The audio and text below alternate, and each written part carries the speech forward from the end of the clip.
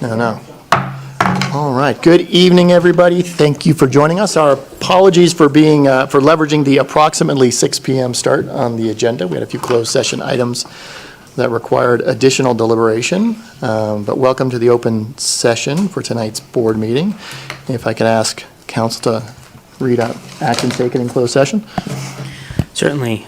So the board considered 9 items in closed session. Item 5.1, that report was accepted on a unanimous vote. There was no reportable action on item 5.2.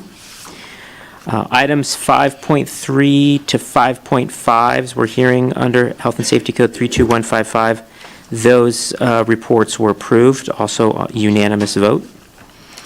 Items 5.6 and 5.7 were liability claims. The first from Lori LeClaire against Tahoe Forest Hospital District alleging negligence. That claim was rejected on a 5-0 vote. 5.7 was a claim by Mary Martinelli, also against Tahoe Forest Hospital District, alleging negligence malpractice. That claim was also rejected on a 5-0 vote. The closed session minutes, item 5.8, were approved, also unanimously. And medical staff credentialing, those credentialing recommendations were approved 5-0. That concludes my report. Thank you, sir. Item 9, are there any deletions or corrections to the posted agenda? None from the board? The audience, no. Item 10, do we have any audience input tonight? I see a lot of familiar faces out there tonight. Seeing and hearing none. Do we have input from the Employee Association this evening? Looks like no. Anna, pass it to you for monthly highlights. Make sure I'm on. Thank you, Chair McGarry. And I wanted to just really quickly, I am actually going to help us catch up because I'm going to do just a very brief summary of the highlights. You will find the full administrative report in item 14.3 in your consent agenda. I do want to go over a couple of highlights, and then I just want to introduce sort of a little bit of what you're going to hear a little bit more tonight. And let me just start by talking about our sustainability efforts. I know this board has had, we've gotten lots of feedback and input from our community about sustainability. It's a very, it's a priority in this region. And I'm just delighted to welcome, although we lost 2 of our interns last time, said goodbye to us, we actually welcomed another intern, our newest intern, Lauren Darzenkovich, and Lauren is actually here, so I gave her a warning. She's going to just give us a brief. She's going to make some brief comments, but I just want to introduce her for those who may not know her. She's a rising senior at UCLA, and she's studying materials science and engineering. She's been working, and it's so much fun to watch her because she's been working on benchmarks for our climate action work. She's also been sort of diligently going through invoices with all of our waste management, and I've never seen anybody more excited about that. But she's been working very closely with Dylan Crosby and his team. She's really going to help us in this work. She'll be informing our climate action plan development, which we'll talk a little bit more about next month. But we're really going to be working with her. She's going to be working with us to put together a process to really make sure we have community input, but also we have our best and brightest and emerging leaders of this region. And I actually want to say the other thing is, like, she'll help us set realistic targets, track our progress. And the other thing I just wanted to say is she's written a detailed report on climate action plans that we, Tahoe Forest, can use. So we're actually going to be developing our own strategy going forward, but we'll see if we can keep Lauren around. And Lauren, I would love for you to just just introduce yourself and say a couple things about your experience here this summer. Thank you, if the board allows. Thank you for the lovely introduction. My name is Lauren. Okay, does this work now? Awesome. Yeah, so I mean, That was so insanely thorough. Thank you so much. And yes, I certainly do very much enjoy cataloging waste invoices. It might surprise some of you, but as Anna mentioned, at school, I study materials engineering. I also work in a chemical engineering lab doing sustainability-related research, but it's very, very kind of on the ground, very focused, right? Something like pipetting versus this is the inverse of that. I really get to take an eagle-eyed view on all of the different waste streams, all of the different moving parts, and what it takes to really bring sustainability into real life, in a real system, and not just, I mean, even on top of that, a hospital system. There's so many extra moving parts with that, which makes it such an awesome challenge. And it's really been such an amazing opportunity to be going through those invoices and cataloging those waste streams, but also doing research into other institutions' climate actions plans, seeing how that could apply to Tahoe Forest, seeing what we've already done here, Dylan and his team, and then what you could do. So that's been such an amazing opportunity, and thank you so much for having me and letting me introduce myself to you all. Thank you. And thank you, Lauren. We know that Lauren's time is really valuable, and we are just honored that she's spending her summer with us. Next, I just want to say you may have seen some construction and some fencing going up, and I just want to, the Sierra Center construction is underway. I do want to thank the town of Truckee for approving those permits to get that going. The other thing I wanted to say is I just want to remind everybody flu season is actually coming up, and I just want to acknowledge and celebrate our staff for their 100% adoption of that influenza vaccine last year, and acknowledge that is one of the most powerful things we can do to protect our community. So thank you to our staff, and we hope to see you soon. You know, arms up. It's coming again. I also just wanted to as I know that I learned right away when I moved to Truckee, everyone has a dog. It's like a mandatory thing. And as do I. And I just want to acknowledge that our pharmacy now carries vet medications, which is important. And I do use my community pharmacies for that. And then finally, just really quickly, and this is the highlights, and then I'm going to go to a couple other things and then move you on. But I wanted to acknowledge that and recognize the Tahoe Forest Briner Imaging Center, which is now one of only 6 imaging centers in the country that was certified quality. That was a certified quality breast center of excellence. So again, that is a hard-fought recognition and well-deserved. And I just wanted to take a moment to acknowledge our Briner Imaging Center for that work. Just amazing work. You're going to hear more about the physician engagement tonight, but I still wanted to pull this forward. I wanted to talk a little bit about this, and then Dr. Evans will land this plane a little bit later tonight.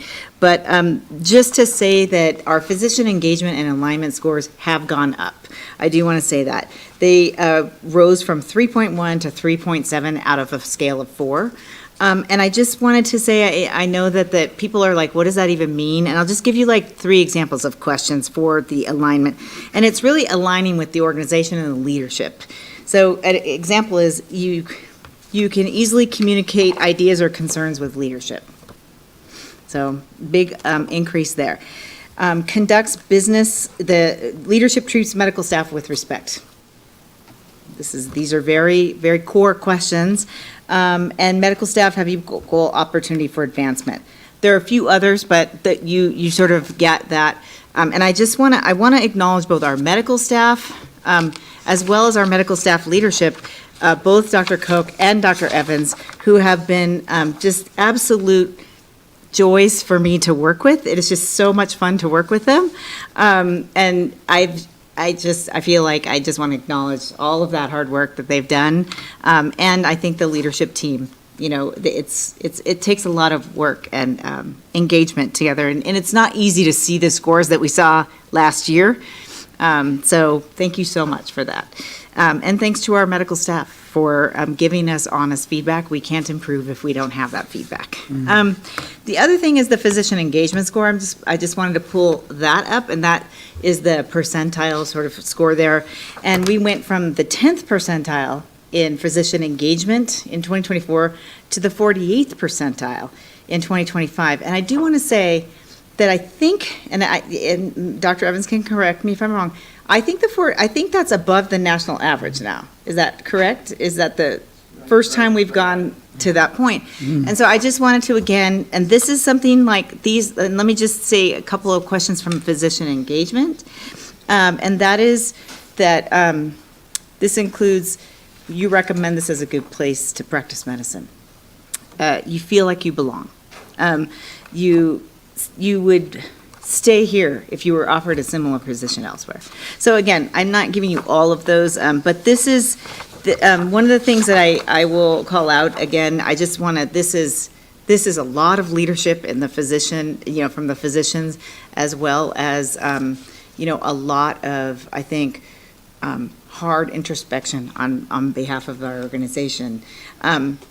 The one thing I will just point out about these scores is that we met with Press Ganey, and they said they had never seen a rise like this over a 1 year period.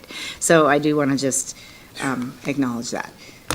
I also want to just point out to you something. I mean, you're going to hear a little bit later tonight about our annual goals. And this is a goal, our surgical goal, this is a goal that we actually did not actually meet the annual goal. But I wanted to show you the line graph because this is hard-fought improvement. And I think, I want to make sure that the surgical team understands that we see this, and as an organization, we own this, and we are here with them. Their goal was to improve by 8%. They improved by more than 7%. They did almost 400 more surgeries this year. That's a lot of work. And what I want to say sort of publicly here is that we're committing to them, that we'll continue with them, we're locking arms with them, and we'll be back next year, and they'll be in the green. So I just wanted to, again, acknowledge, though, how much work that really is. And sometimes when you look at a dashboard, you could miss this work. And the other thing I think I wanted to say is we're doing a lot of thinking about how can we support the surgery, and the perioperative care committee, is that the right term, Louis? Perioperative care, has been doing amazing work around looking at their block scheduling and the scheduling of those ORs. And so I expect a continued increase. Sometimes, you just don't have enough time to hit that goal. So I just want to say that I want to acknowledge that work. And then finally, I wanted to just really quickly pull out the retail pharmacy growth. This is another stratospheric sort of growth, year-over-year increase of almost 19%. And we will be opening a expanded retail pharmacy in the Sierra Center. I do want to say, I did hear a question about sort of, if you're going to continue to expand, why isn't the budget, higher yet? And you'll see those numbers reflected in the next year's budget. So hang on, it's coming. And for now, we're gonna, I just want to acknowledge our retail pharmacy for just amazing work that they're doing. And we want to, again, use the rest of this year to continue to refine our processes as we move into an expanded site next year. Finally, I just wanted to tell you, you're going to hear a lot tonight about what happened last year. I do want to do one little seed about next year. And that is, next year, we're going to come back to you next month and talk to you a lot more about what next year's going to look like, which is, first of all, to the board and to the community and to the organization. We're not abandoning the peaks. We're not, pivoting away from our strategic plan. We're going to build on that. I've been sort of telling everyone, I'm not here to change you. I'm here to join you. But there has been a subset of leaders who I've asked to help think on behalf of the board and sort of go out and start gathering information. And really, what we've arrived at is that in this next year, we're going to be doing a lot of work around alignment and planning. We're going to be working closely with the board on that, closely with our staff on that, closely with our community on that. I won't read this list to you out in service of time, but more is coming, and we'll be back next month to talk more about that. So with that, I actually I'm happy to answer any questions that you have out of the administrative report, but I'm excited for you to hear the discussions tonight. Particularly, we're going to have some discussions about how we did last year, and also we're going to hear from one of our teams that went to Alaska, and I think have some really great ideas for us to consider. So thank you so much, and if you have any questions for me, happy to answer them. Otherwise, I yield back to you, Chair. Any comments, questions? I've got a comment, if I could. When I think back a couple of years ago about our worries as a board and an administrative team about physician alignment, to see these numbers are just so heartwarming for me, and I'm sure for everyone who's involved. Absolutely. Yeah, couldn't echo that any better. Another comment I have, Lauren just dashed out of here, but I've had the privilege of knowing her since she was this big, yeah. We've also got Dylan here who grew up here. I don't know everyone's personal history, maybe some others grew up here. I just read an article recently about a health system, far away from here that's doing tremendous work with the high school, tremendous work, the pipeline of nurses coming through. We're starting to see some of that where, I'll say our kids that grew up here are now the adults that are the future of this health system. And so having Lauren here, Dylan, others, just remarkable to see. And I think, the more we can be engaging the community, the youth, and let them know that not only is there a tremendous opportunity for a career here, it's actually a great place to work and a great place to live. I know so many of, my kids' friends that have moved away because there just aren't the jobs that they seek. So I just wanted to comment on that. I think it's great that we have so many locals that are now part of our team. And I'm not going to define local. Okay, any comments, questions from the audience on this? No. Okay. Item 13, medical staff executive committee.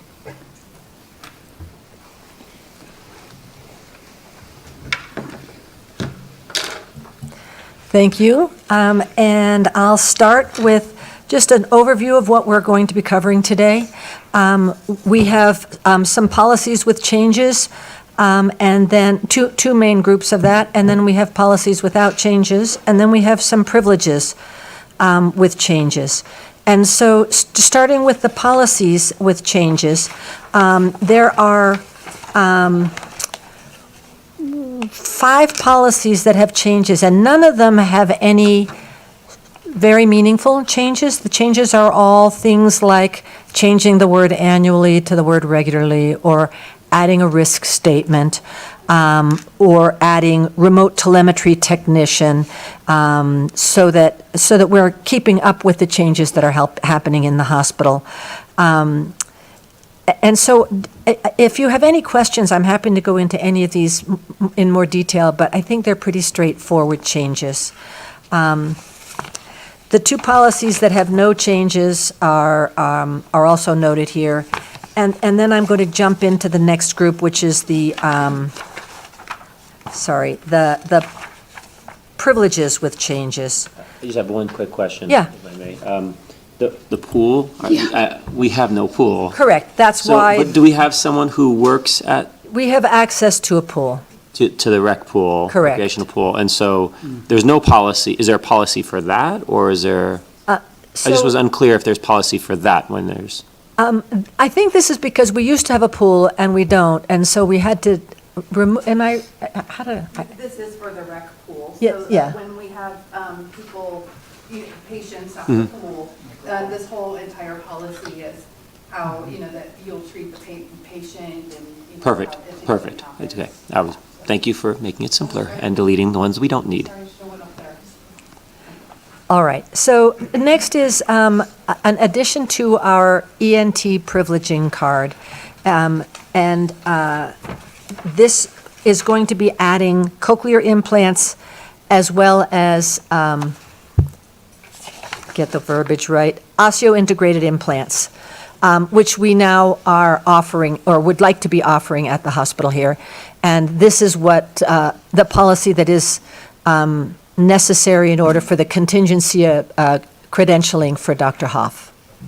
Yeah. And so, do you have any questions about this policy? Nope. Okay. And then finally, there's a cardiology privilege card change.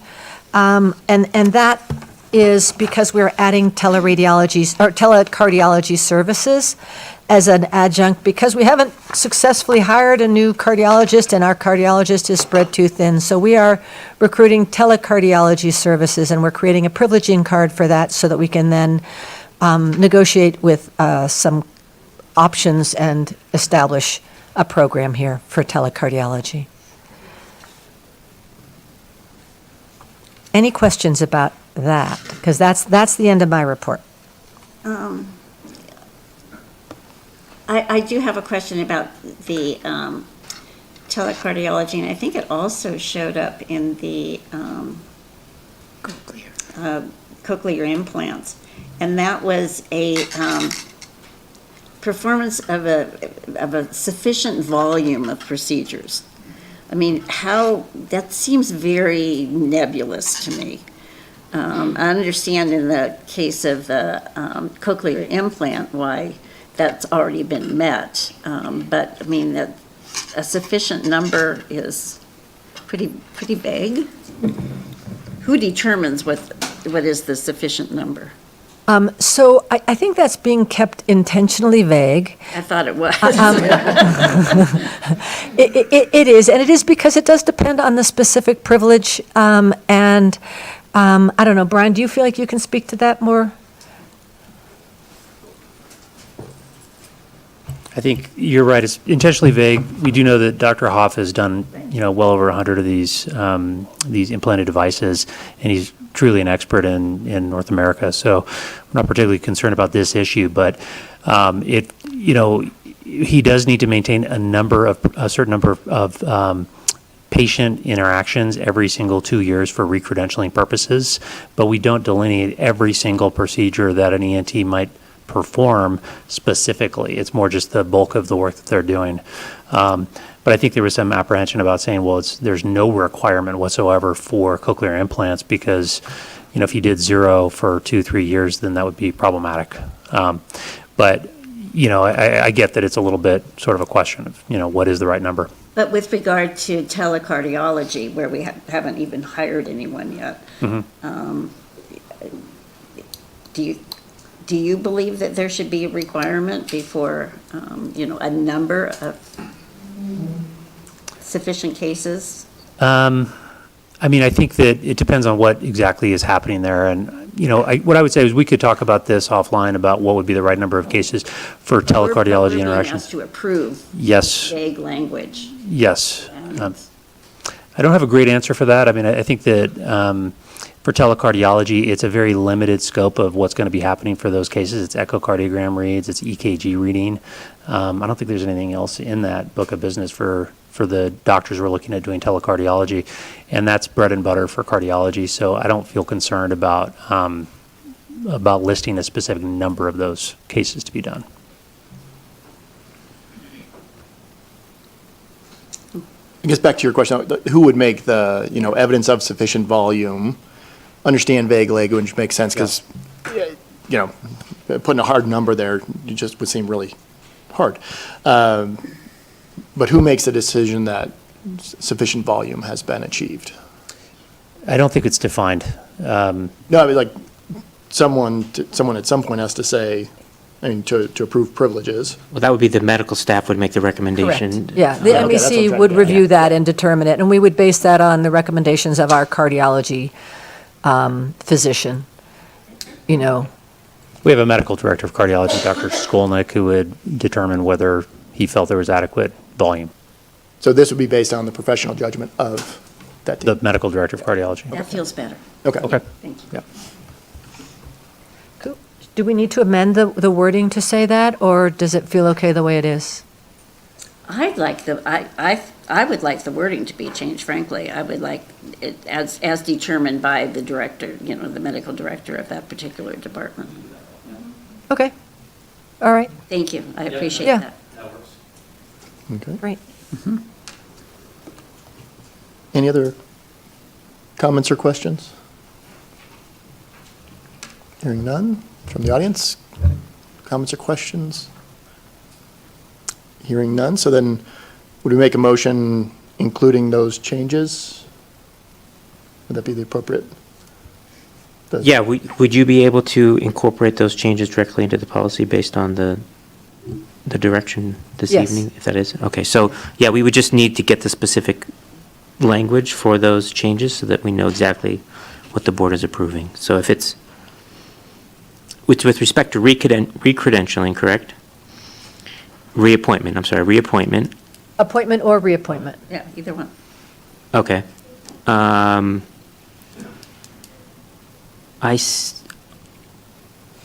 Okay, perhaps I'm not seeing where it says sufficient number in the appointment. So I think. It says it under the reappointment Can I just- criteria. Can I just ask if this is what you meant, Mary, evidence of the performance of a sufficient volume of procedures in past 24 months as determined by the department chair? Yes. Yes. Is that? I think you can just Yeah. add as determined by the apartment chair. Yeah. Yes. Just add that little phrase in there. Department Yeah. chair, okay. And with that, I would approve the medical executive committee consent agenda. Do you have power to approve it? Do I have the power to do that? Mary, can I just be super clear? Is that just for ENT, Mary? No, it's for all, for. Cardiology. Cardiology. Cardiology, and, All these- okay, Well, and all of the- the other consent agenda items. Yeah. okay. Well, the language, wherever it says sufficient volume, if that's in both the cardiology and the, Yeah, I believe it's only in looks like it's the just in the cardiology. telecardiology. The cochlear implant has 4 cases in 2 years, Yeah, okay. or 2 cases proctored for appointments, so. So that has specific numbers. Okay. So I make that motion, Michael. I'll second the motion. Motion and a second. All in favor? Aye. Aye. Opposed? All right. Consent agenda approved 5-0. Dr. Cope, thank you. And again, Thank you. apologies for running behind.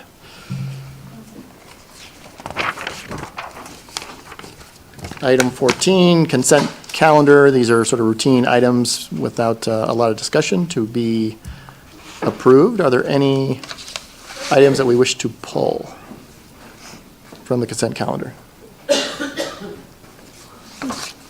No? From the audience, any items that they wish to pull Or just if they have a comment. or comment? Yeah. Don't need to pull it, if they just have a comment. Hearing none. Okay, look for a motion then to approve the consent calendar. So moved, Dale? I'll second. Motion and a second. All in favor? Aye. Opposed? Okay, thank you. Approved 5-0. Item 15, timed items for board discussion. Item 15.1, semi-annual retirement plan update. We have Brian Martinez joining us on Zoom, and he will be directing his own presentation. Wonderful. Brian, good evening, if you can hear us. Oh, hang on, Brian. We can't hear you. How about now? Can we try again? No. Is it the same assistant yet? One more time.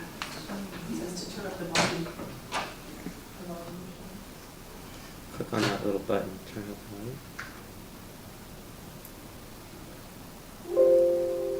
One more time. Oh, now, Rob. There we go. We got you. Do we have a connection? Yes. Yep. Great. Okay. Good evening. So I'm here today to give you an update on the retirement planning committee's prior 2 quarters activities, and I will jump in. So in Q1 of 25, the committee reviewed the performance of the plan's investments as of December 31, and they proactively elected to remove the MFS value and replace it with Dodge & Cox due to the departure of MFS Value's portfolio manager and the replacement of that portfolio manager with an inexperienced manager. It was not a problem with the fund. It was not a performance issue. It was we're not comfortable with a junior manager running the portfolio.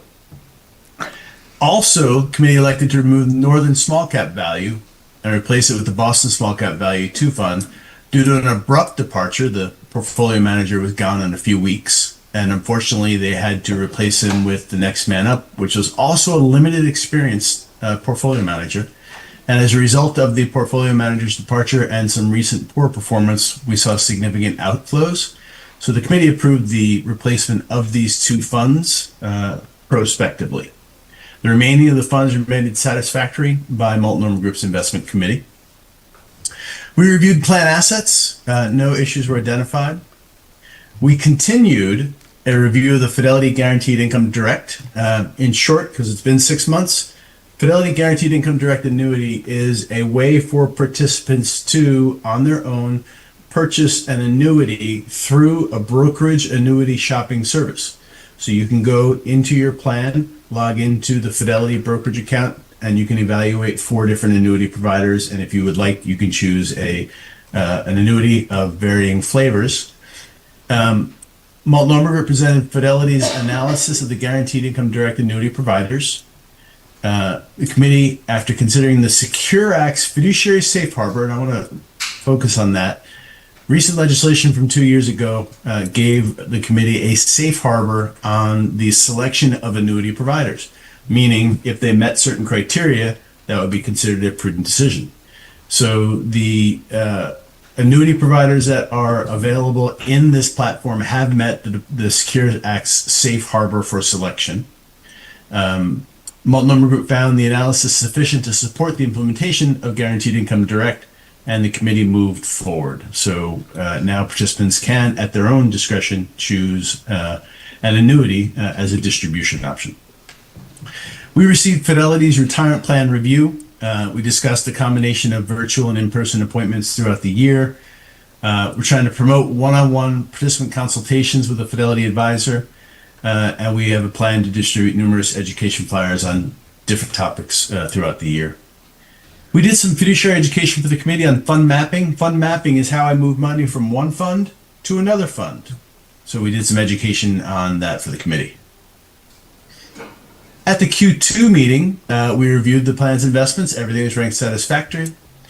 We began plan design discussions on a Roth in-plan conversion for the 401A plan, which allows an employee to take their pre-tax money, convert it to Roth, and pay taxes on that conversion amount.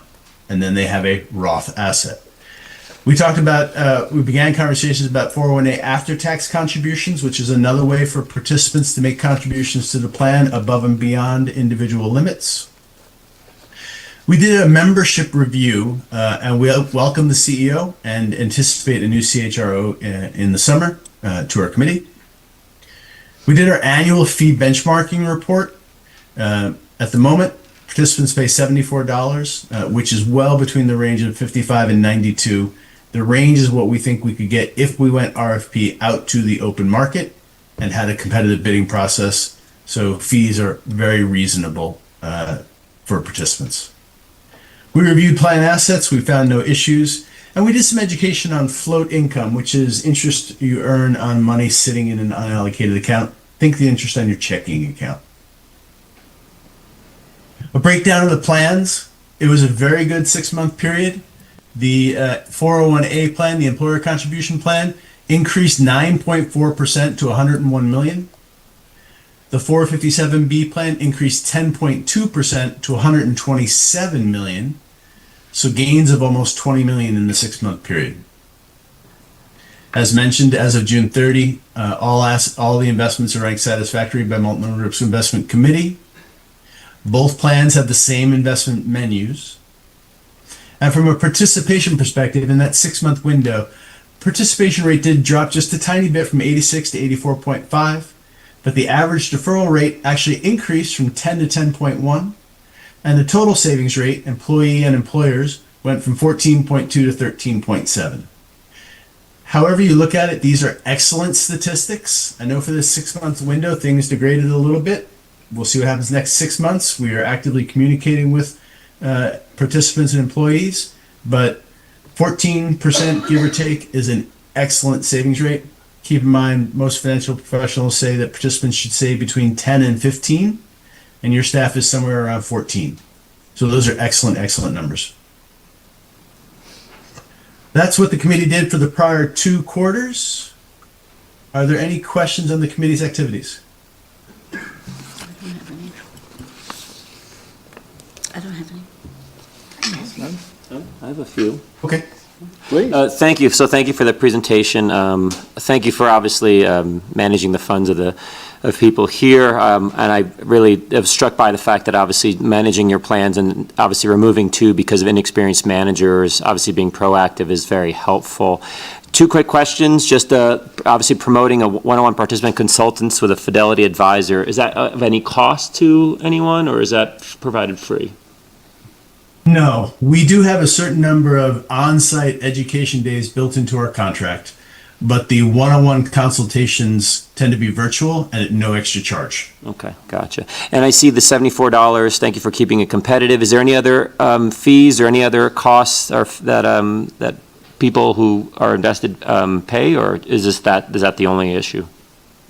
Well, there are the investment product fees. Mm-hmm. So Okay. if they're invested in ABC fund or XYZ fund. And then the other fees would be, per instance, meaning if I took a loan, there would be a loan fee. If I took a distribution, there would be a distribution fee. Those fees are also well within the range charged by record keepers. Okay. All right. No further questions. Thank you. From, with Anything else regards, you can help with? with regards to the savings rate, one, I hear you and agree, those rates are still exceptional.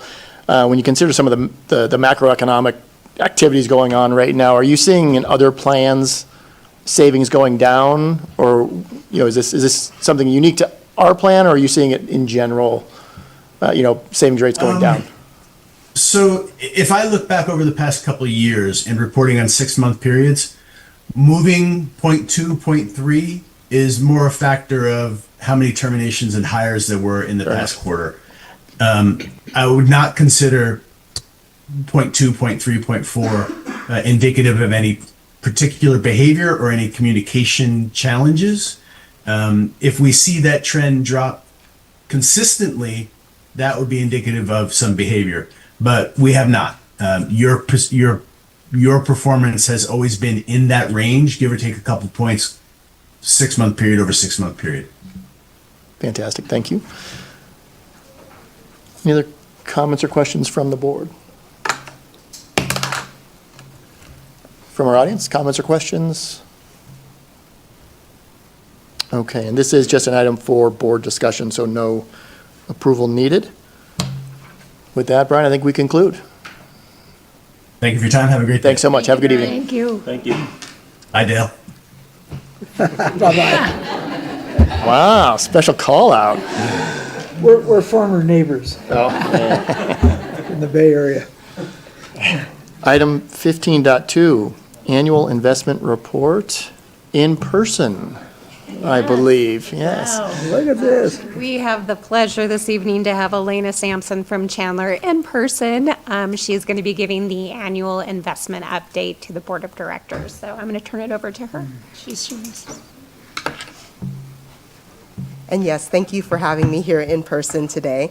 I am very happy to be able to speak in front of you. And I'll note, as CEO Anna Roth said, flu season may be coming, but allergy season is present. So my apologies if I have to clear my voice at all during this presentation. So I'm going to give updates to what's here on the slides. This is information, much of it says May, and I'll be providing information for June and July. I like to make sure that we're up to date on what's happening in the marketplace. So much of what we've been thinking about is, with regards to the economy, is that we're starting to see slower growth and weaker employment. And what's been driving a lot of the markets over the first half of this year has been tariffs. I'm sure all of you have heard that word enough times in your life now. And then in the second quarter, the one big beautiful bill and the impacts that we're anticipating from that. So with regards to tariffs, what I would note is that the U.S. is in the negotiating phase of tariffs, negotiations with regards to the various countries around the world that we interact with, as well as negotiating with the courts with what is and is not legal. There was a court hearing that took place on July 31st, and we're awaiting the outcome of that court hearing. Our anticipated reaction either way is that it will be pushed up to the Supreme Court for ultimate decision. So I don't think this is going to be something that gets resolved quickly. And then, of course, with China, that has been one of the biggest set of tariffs that we would have seen with at 145%. But I will touch on the big, beautiful bill with the next slide. So going from the top, labor markets, what have we seen there? More recently, we've seen the jobs have actually come down quite a bit. Only 73,000 jobs added last month, but more importantly, we saw a revision of 250,000 less jobs that had been reported. And what that means is a much weaker jobs report than we've been anticipating. The other thing I would note is that although the number shows on the page 4.2% with unemployment, this is coming from an effect of lower supply and lower demand of workers. So what do I mean? People are retiring. We've had immigration and migration changes in our country. Demographics, we're seeing a lot of people moving out of the workforce, both because of age as well as women leaving the workforce. So there's less of a supply of labor. And at the same time, we're seeing less demand. Corporations are waiting to do additional hiring or firing as they're awaiting the uncertainty that's coming from tariffs. So that number, there's a lot hidden underneath that very low number. When I look at inflation, the thing I would note there is that it has started to tick up. If I look at the July number, we actually saw core inflation increase to 3.1%, heading in the wrong direction. We want to see it head toward 2%. The most important thing under the covers there is that core services, not core goods, but core services actually increased a bit over the month of July. So this is not something that's being impacted by tariffs. So we're watching that very carefully because those two pieces, the labor markets and inflation, are what Federal Reserve is considering as part of their mandate. So the consumer, how are we doing? We're a little pessimistic about the future because of those price levels, so that's the main point there. And then what that has meant with the GDP is that we pulled forward a number of our purchases to first quarter ahead of tariffs, and that made the first negative GDP reading at negative 0.5% in the first quarter. We saw that reverse. This is quarter over quarter numbers as people began purchasing again. I've been giving the example just to make it real. I made purchases from a store on April 1st, and then checked what those prices were a few weeks later to see the impacts of pricing. 30 to 70% increases in the prices of the goods that I purchased. So these are real numbers that are impacting people. And I'd note that, again, thinking about the consumer, those who are on the lower end of the economic spectrum are those who are being most impacted because the non-discretionary spend has actually, the costs have gone up higher than some of the discretionary spend. So just wanting to make sure that the committee is aware of that. So all of that as a backdrop to what do we see with regards to bond yields. The 2 and the 5-year points on the curve on this left-hand side, you can see has come down since December. And the reason for that is we're pricing in additional cuts. We anticipate 2 additional 25 basis point cuts, that's 0.25% in the month of September and December this year, and an additional 2 more cuts next year. That's what the market has priced in. But you'll notice that the 10-year has started to increase on that same curve. And the reason for that is the one big beautiful bill, bringing it back to the start of my conversation. With anticipation, the markets are thinking that with the added deficit, that will add to our debt levels here in our country. And as a result, that requires a bit more of a risk premium for longer term yields. So overall, what that will mean for the right-hand side of the slide is you'll see those high yields that are happening for the very low end to come down, and you'll see those for the 10 and 30-year parts of the curve move up. It'll become much more normalized, much more what we'd expect a yield curve to look like. So with that background with the economy, what are we seeing for the portfolio for Tahoe Forest? Outside of the foundations, there's 2 accounts that we have open. One is managed by Chandler. The other is a money market fund that is being held for you. I'll note that the portfolio both are in compliance with California Government Code, which was established after the Orange County bankruptcy back in '93. Just giving that history because that's why safety and liquidity is such an important part of the principles levels. And the fact that your portfolio is in compliance with 53601, which is that California government code, is important. It shows that your money is safe for the public's trust. The other part that we all want to know is what's happening with the yield. And in an environment where things are so volatile and so much up in the air, you want to make sure that you can sleep at night with your portfolio. So that's what we're focused on, while also being in compliance with your investment policy. So in the middle of the page, and I don't know if your blinker works, does not. So in the middle of the page where it says account summary, you can see it starts in June of 2024 and goes out to June of 2025. You can see that you've earned about $3.5 million thereabouts, $3.2 million over the course of the year in the portfolio. And this brought your market value up to $99.5 million in your operating reserve. Your safe and liquid aspect of your portfolio being high quality is evidenced by the high percentage that you see in U.S. Treasuries. That's the most liquid asset class in the world. And your credit quality, you can see, is here mostly AA, and that again reflects the U.S. Treasuries and agencies in your portfolio. All three credit rating agencies rate the U.S. government AA+. That was a downgrade that took place also with Moody's still this past year. So how this is translating to performance at the bottom of the page, I'm really happy to say that if you see the 1-year number there, it's 6.33%. That's not a typo. That's a total return number for the course of the year, and that reflects the interest earned, your realized capital gains and losses, as well as unrealized capital gains and losses. And we show this number specifically because if that portfolio needed to be liquidated, your yield tells you what number you will be earning over time. Your return tells you exactly how much you did earn as of that date. So you earned 6.33% compared to 6.06% for the benchmark. And in nominal dollars, that's about $250,000 ahead of your benchmark earned every year. And we've been working with you since 2021. On that basis, it was a 1.97% versus 1.46%. In terms of where we are presently, over the past quarter, just if you're wanting to know where we are quarter to date, we earned about $500,000 on the portfolio. So with regards to this cash portfolio, not a ton to talk about. It's about $905 million. Crystal and I $905,000. Whoops, million. It suddenly jumped.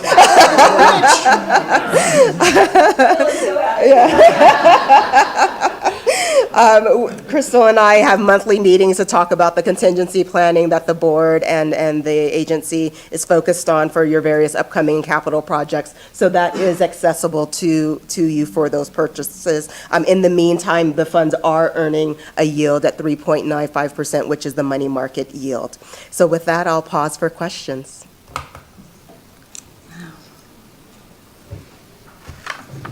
I have just a question. Thank you for the presentation. It's nice to meet you in person.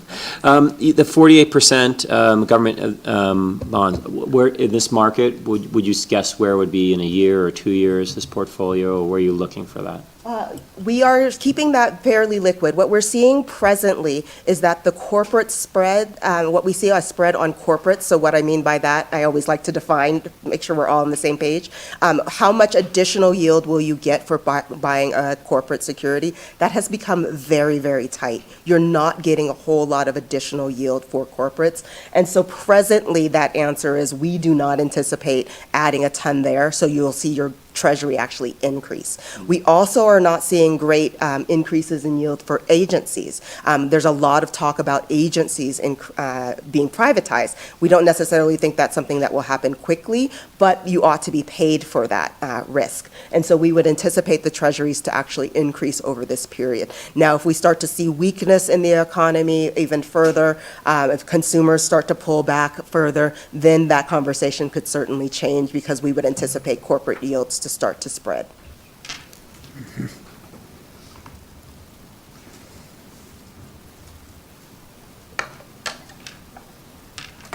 Comments? Questions? My comment is. Yay. I'll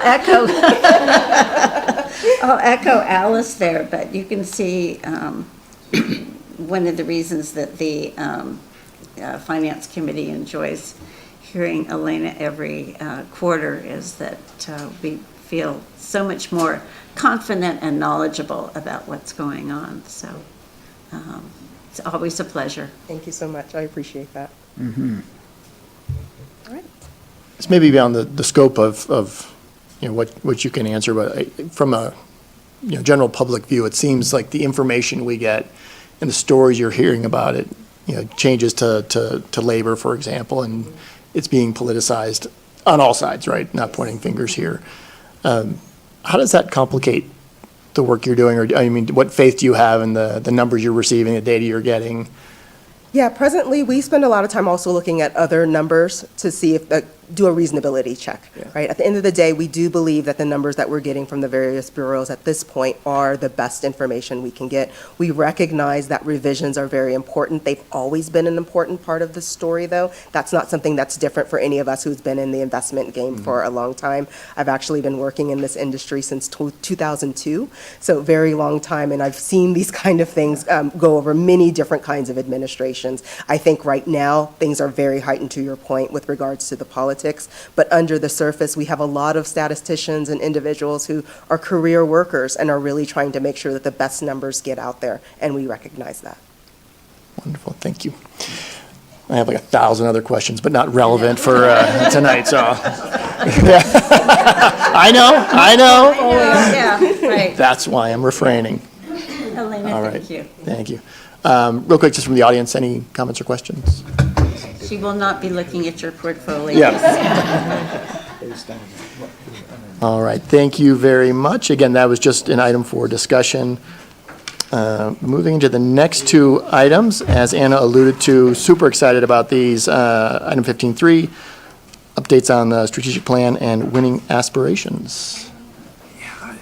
And looks like we get Anna and Louie for that. Yeah, so I'll just kick it off, but actually this is our Chief Operating Officer, Louie Ward, is going to present this, and I thought maybe Crystal and Brian were going to be joining also, because, we're going to go across the peaks, but I guess I do want to say, I just want to acknowledge the work of the leadership team. I came in March, so I think a lot of these gains that you're going to see really belong to the leadership team that that greeted me when I got here, and so I just am very grateful for the work that they've done, as well as each and every one of our staff members.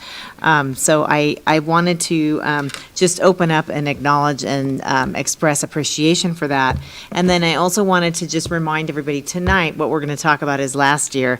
Next month we're going to talk about what's to come.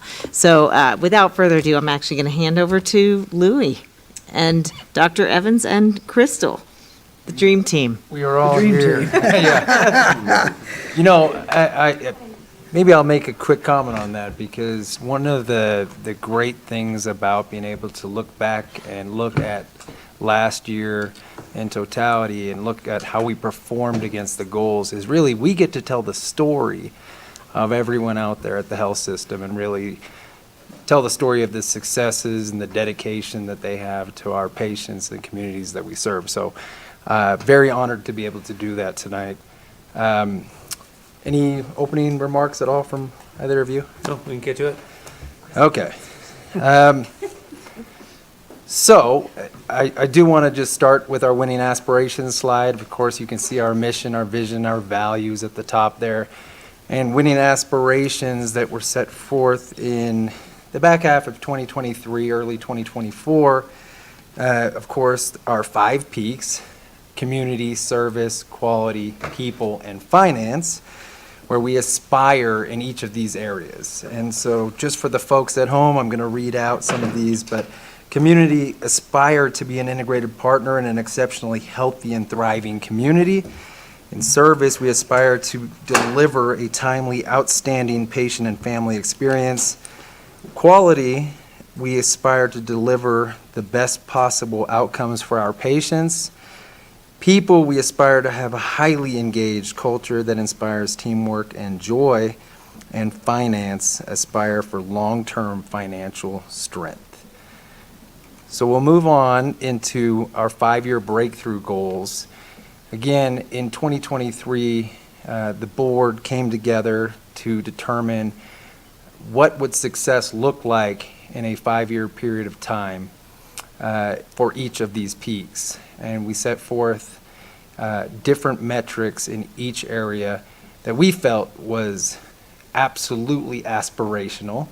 And in some areas, we still are thinking that this is an area we may need to evolve in each year and really take a look at external factors. We may need to just come together and always think about, is this the target for us? So there'll be some discussion about that, no doubt, as we look to the future. But instead of reading each of these out, I do want to just kind of move into the annual goals as we broke down these larger 5-year breakthrough goals into maybe more attainable, bite-sized pieces, if you will, into a 1-year goal, which we're here to talk about how we performed against for last year. With that, I'll just see Crystal, Brian, any comments at all? I'll have some when we get Okay. to areas. Okay, so rather than reading these out, we have put them all together on one dashboard. So one dashboard that we can actually take a look in real time and see how we're performing against these goals. I do want to stop here and thank Farhad and our BI team. This was a significant lift on their part to really take all of our goals and all of the different data that exists and place it into one place where we can actually see it and see how we're performing against it. Really excited about this for the future as we intend to, deliver to our team a way that they can see this in real time or as the data is presented to us so they can see what they're striving towards. So just going through this, we do have some slides that will kind of dive a little deeper into each of these areas or areas that we believe you may have some thoughts on. So we do want to show that, but just going through this really quickly, our community health metric, or our community peak rather, we set out and created a community health index where we strived to increase the number of community health initiatives met from 3 that we had met out of the 15 total that were set forth to 5 out of the 15 for the year. So we did meet that goal, and we'll go a little further into that of what those metrics are in a future slide. CMS star rating bundles, we seeked a score of 3 in terms of the attached CMS standard work bundles, and we were able to achieve 5 this year. Physician alignment score, earlier in the meeting, we spoke a little bit about how that has been improved. We are very proud of that work on behalf of the entire team, that we saw a significant improvement in physician alignment. At the time, we needed to meet or exceed the average score of 3.2, and we in fact did that, and we saw a score of 3.7. Surgery volume growth, we were just so close, just so close. We actually missed the goal by 46 total surgeries, but I do want to call out the Herculean effort on the part of our surgical teams, our leadership, just countless individuals, our physician staff, surgeons. We ended the year with 5,663 surgeries, which is the most ever for the health system. So I think they have something to be very proud of, but we just came short of the goal at 8%. Now, patient satisfaction, we can all be very, very proud of. We are in rarefied air there at 96.16%, and of course the goal was 95.55. So we surpassed that goal, and again, just amazing work on behalf of our entire team. This really represents each and every interaction all year long with patients, and so we are just delighted with the success here in this metric. Moving across the third next available appointments, this is how we're measuring access. So you can see from the graphs that we came up short on our goal there.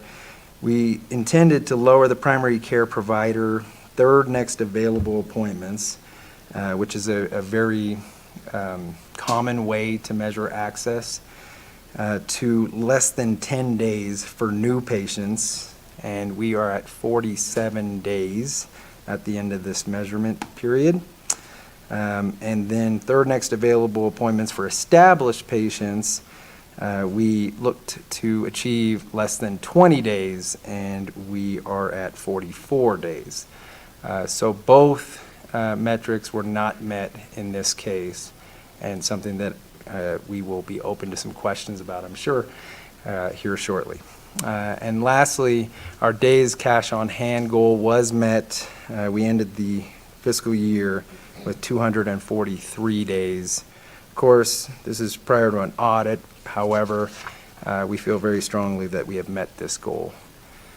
So taking us a little further into the community health goal, or the community peak goal, these are the metrics that we have met. I will point out that you see 6 metrics up there, and we are stating that we've met 5 on the chart.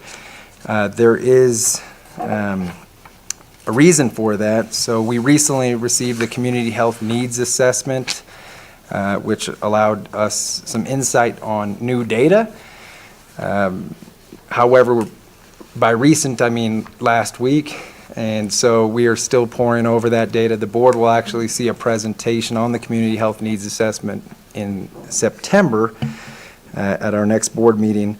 But the very top goal there, colorectal cancer screening, the Community Health Needs Assessment is stating that the goal has been met. However, the data in EPIC is not. So we're not confident in terms of stating that as saying we have met that goal.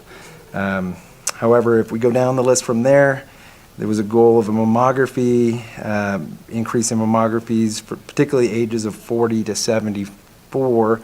Community Health Needs Assessment has stated we've met that, or the respondents, frankly, of the Community Health Needs Assessment have stated that that has been met. Hypertension and control, adult binge drinking, loneliness, and social and emotional support are all metrics that showed up in green.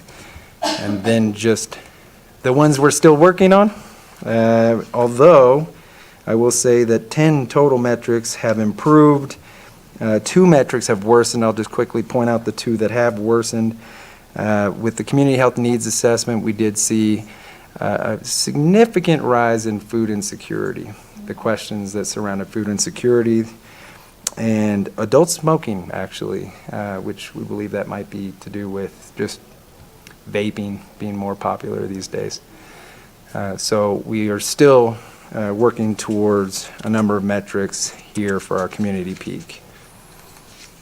And this is where I'll be joined by my colleague, Dr. Brian Evans, in our physician alignment score.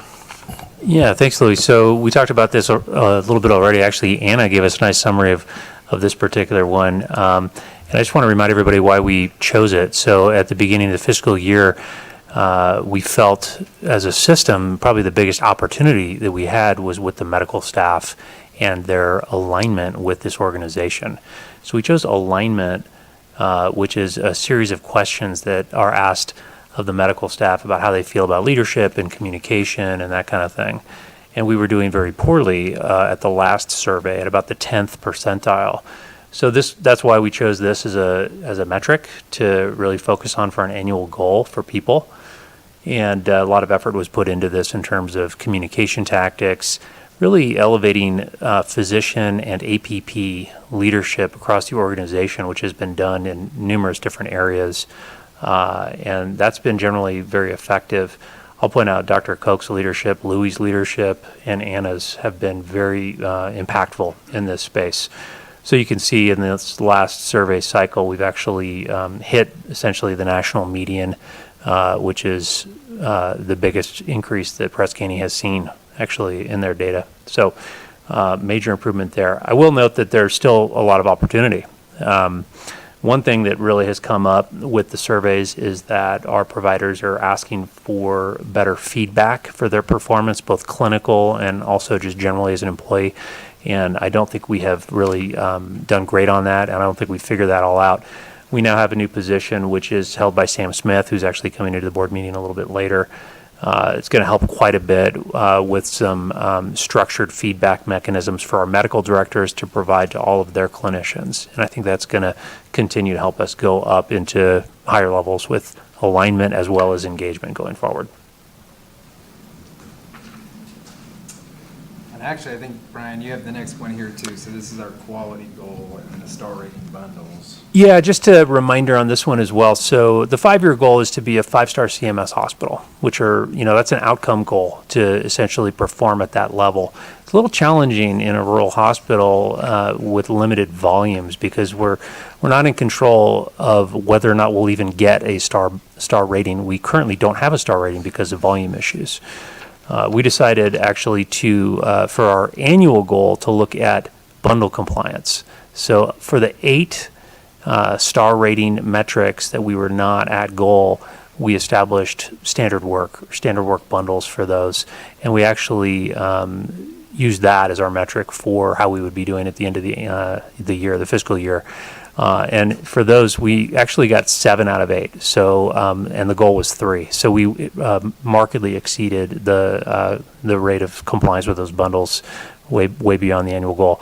You're seeing here, though, that the actual outcomes for these measures also significantly improved in 5 cases. So we are well on our way to a 5-star hospital based on the performance we're seeing both in these outcome measures, but we definitely achieved the annual goal in terms of bundle compliance. I hope that made some sense. It's a little complicated. So I will go back here just to our amazing dashboard. Thank you again, Farhad and team. And happy to answer questions. But before that, Crystal, was there any comments on days cash on hand or? I think mine's about as straightforward as you can get out of all the slides up here. The only thing I would note is some might look at November and go, why the drop in that particular month? And November is after we finish our audit and determine if staff is eligible for gain share or incentive comp. November is the payout of that. In addition, we participate in several supplemental programs for Medi-Cal to supplement our Medi-Cal reimbursement. Most of those, what's called an IGT transfer, intergovernmental transfer, those tend to occur also in November. So we have a significant outflux that happens in the month of November, and then we recover from that through the remainder of the year. So that's why you're seeing that significant dip in that November timeframe. So yeah, absolutely. Yes. I just want to jump to the access to care metrics where we're looking at these third next available appointments, because these are challenging areas, and we put a ton of work into trying to increase access for our patients. Obviously, when you're looking at the third next available appointment, we have gone in the wrong direction. This is a very standard metric nationally for access to care, but it doesn't paint the entire picture of access to care. And if you ask patients what matters to them, there's a lot of different answers that you will get. And I think we actually need to do a better job of making sure we have asked patients exactly what they mean by the word access to care. For example, if you were to focus entirely on third next available, you might do things like reduce same-day availability, which patients would not appreciate. And we haven't done that because people want to be able to get in on the same day or the day after if they have an acute issue to deal with their primary care doctor. We are certainly limited with some of the facility issues that we have, and we're certainly going to expand our footprint with more primary care offices, and we'll be able to recruit into that, and that's going to help with this. But I think that we have a lot to learn from the work that we've done so far this last year.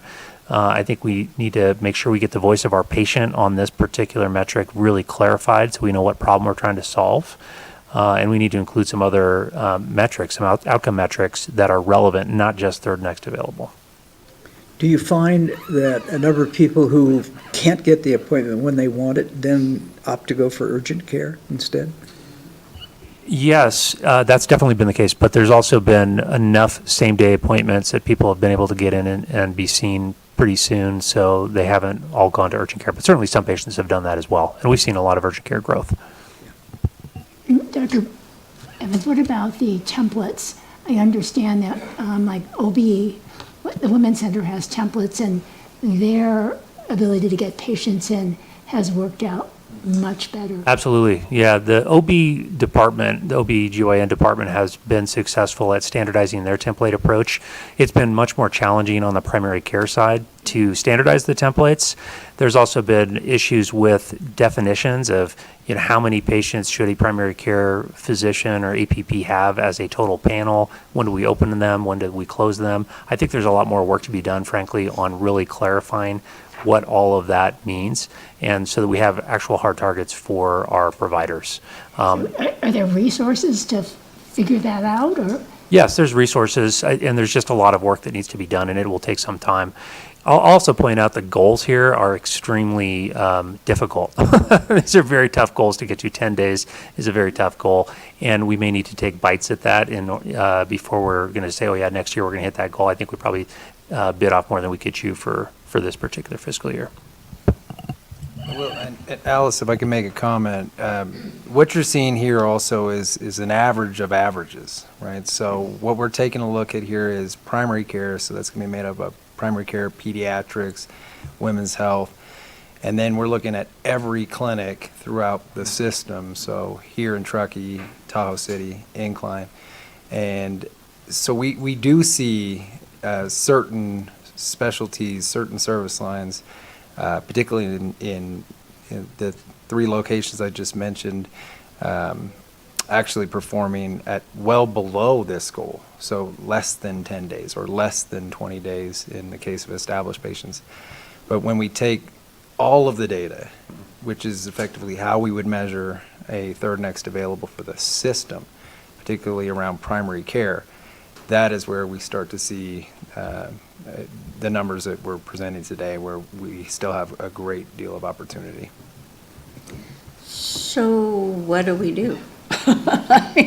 So the data is great. I mean, you know, but Gotta use it. Yeah, I'm sure we are formulating lots of ideas around this, and you know, when will we have a better understanding of how we're going to improve this, and by when, and all of that? Oh.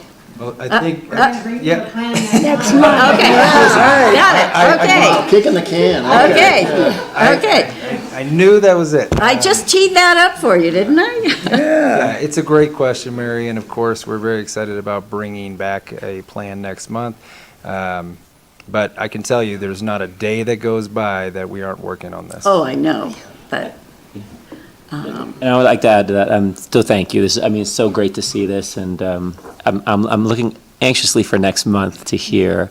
I'm going to do the new guy for it's going to not be much longer as the new guy, but it is kind of interesting as a new guy, because this is the first time I'm seeing like a document on third next available and third first. You know, that's the first time I'm seeing it. You know, I think I voiced to some people on the board that, you know, again, I see these pyramids and I see certain committees underneath them, but I see some of these that I don't hear from either committee or being presented. So I'm excited to hear it. These are all great, awesome. So I'm encouraging that we, you know, as we go to next month and learn what the next, that we as a board we see this more often, that we can talk about this. And I'm not going to put you on the spot and ask you how you think it's going to happen, since we're going to have next month to talk about. But I encourage you to please let us see this more often. How can we be more visible to help and to aid? And again, I see the ones that we do and the ones that are all green.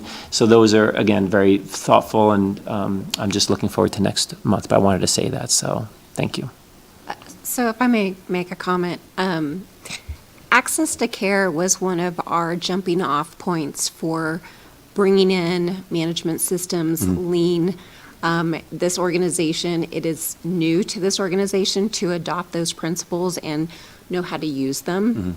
I think we set some very aggressive goals in these categories, knowing that we had our partner in this, Vizient, teaching us had a commitment of about 18 months, but we knew it would take a lot longer to adopt these tools and these philosophies and put them into action. So I do think we got a bit aggressive on our goal, but I also think this organization has learned a lot over the last 18 months since we started that.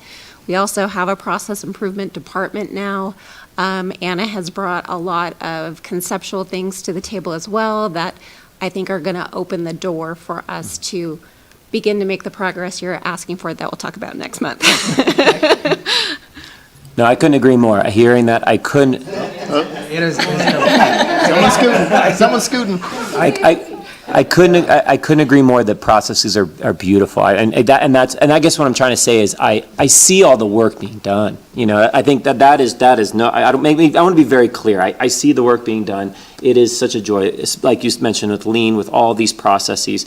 Being someone new, I hear the processes a lot, and I have faith that it's all going to the right decision. It's just interesting. It's just a perspective. I'm just kind of, oh, there it is. I'm like, oh, there it is. Like, you know, it just, that was it. It's like, there it is. And I think that to me is, you know, I'm excited for this next year as we plan. As Anna teed up, I'm so excited for this next year as we plan. As a board, we can just really, we can get into these. And I do want to say, I don't want to say it's all next year, because I just want to acknowledge the work that's happening. 100%. By the way, this, what you're looking at right now, is part of the work to address that, because what we know in using improvement science and Lean, which this group right here and everyone in this organization has really embraced, is you got to lower the water level and see the rocks. So this kind of dashboard is an important, critical first step to make the progress visible or non-progress. Okay, if you can't see it, you can't, you know, it doesn't. This becomes very clear where you need to put your attention, right? Some things are in a sustaining mode and other things are in a full build mode. And I think it's easier to see, and I just want to acknowledge business intelligence and the work that the improvement teams have done to really get us to this point, so you can start asking, you know, so the board can start pushing on this, but also so the public can see this, because this isn't going to just be available at a board meeting. Our vision, when our visibility sort of boards are in full form, will be available in real time on the web to the people we serve. You know, we're not there yet, but we will get there. And as we have more reliance on the validity of the data, we will continue to keep opening it up wider and wider. And that is really the only way that you drive improvement. The other thing I would say is you're going to hear, you know, part of this is there's been a lot of work done, as Crystal was saying, on the access to care. And you're going to hear next, I think, from a team of our staff that went to go look at other innovative models of care, because it's not necessarily just that we are going to work harder and faster in a current model. We may have to redesign our model altogether. And so we're not waiting until next year. You're going to hear TED Talk style from our new team. They're coming next. TED Talk style. You know, so we're not pacing really by next month. We just want you to know that this is actually, there's no like finite beginning and end. This work is well underway, and I liked Crystal's point.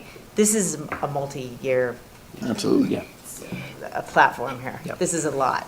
And I'm really happy to hear you say that we're looking at different models, because we can keep adding on buildings, we can keep adding on providers, and we still won't get where we want to be with how quickly patients can see their provider.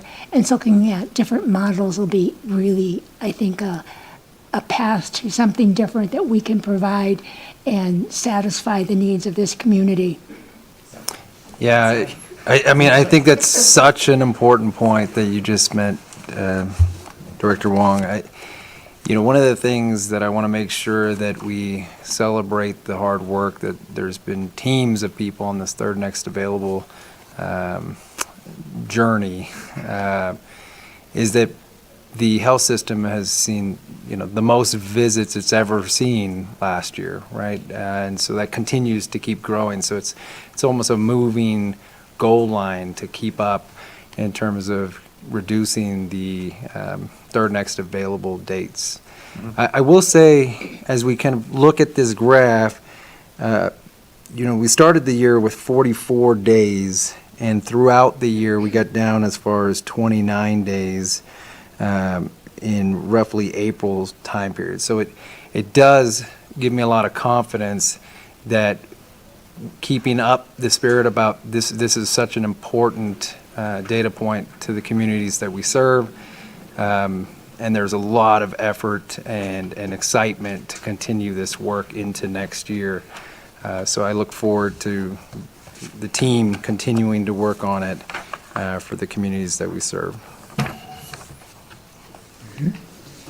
And one last comment. I think you'll see with the next group that attended up to Nuka in Alaska, the excitement that came back with them was just, it was contagious. And I am looking forward to you hearing what some of the aspects they brought back with them. And I almost feel like we have a little bit of a leash, and not much, but just a little bit of the reins on it, because I'm sure as soon as we drop those, they're going to be out and running, and that they're super excited with what they learned, what they saw, how they thought, how they embraced their community. And I think there's some nuggets or gems that they're going to bring forward in their presentation that you'll get to hear that are things we can embrace and try to learn from. So. Yeah, I just wanted to share a bit of a conversation I had with Anna this morning around, this notion of continuous improvement. Sometimes that can be heard as, if you talk about continuous improvement, it can be heard as we're not good enough, right? And that's absolutely not the case, right? Striving for improvement is not a reflection of, and it's so important to celebrate the successes, but if we're always striving to be better, Michaela Schifrin has a coach, right? She's the best there's ever been. She's trying to be better, right? So striving for improvement is not saying, but I feel sometimes throughout the organization, at least conversations that I've had, is, why are you saying we're not good enough? And that's not the case at all, right? It's just taking an opportunity to look at, what are those minor changes we can make? If you look across the board, whether it's the dashboard, which kudos on, insanely cool to be able to see this. And I know, being sort of a little bit of a data geek, there's so much work that goes behind making these look like that. So, but just the small incremental changes, sometimes they might seem small, but the impact they might have on a community member can be massive. So just always looking for those areas where we can be a little bit better. And I just wanted to share that it's in no way, at least for myself personally, I think, referencing the board, if we're talking about improvement, it's not saying we're not good enough or something isn't acceptable. It's just seeking opportunity to be better, and that's okay.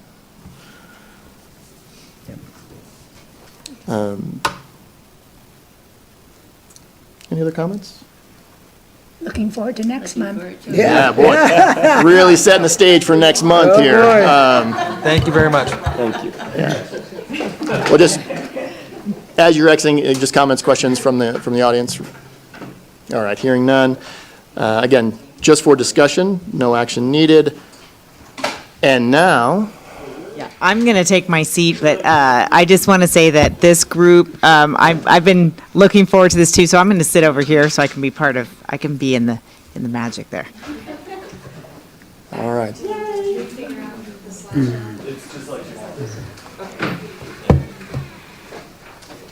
So we're going to hear about the NUCA conference, and maybe if we're lucky, even a little bit of, maybe get a fish story from Dylan. You gonna do that? Oh, do you want me? Yeah. You have like right there if you want. Sure. Yeah.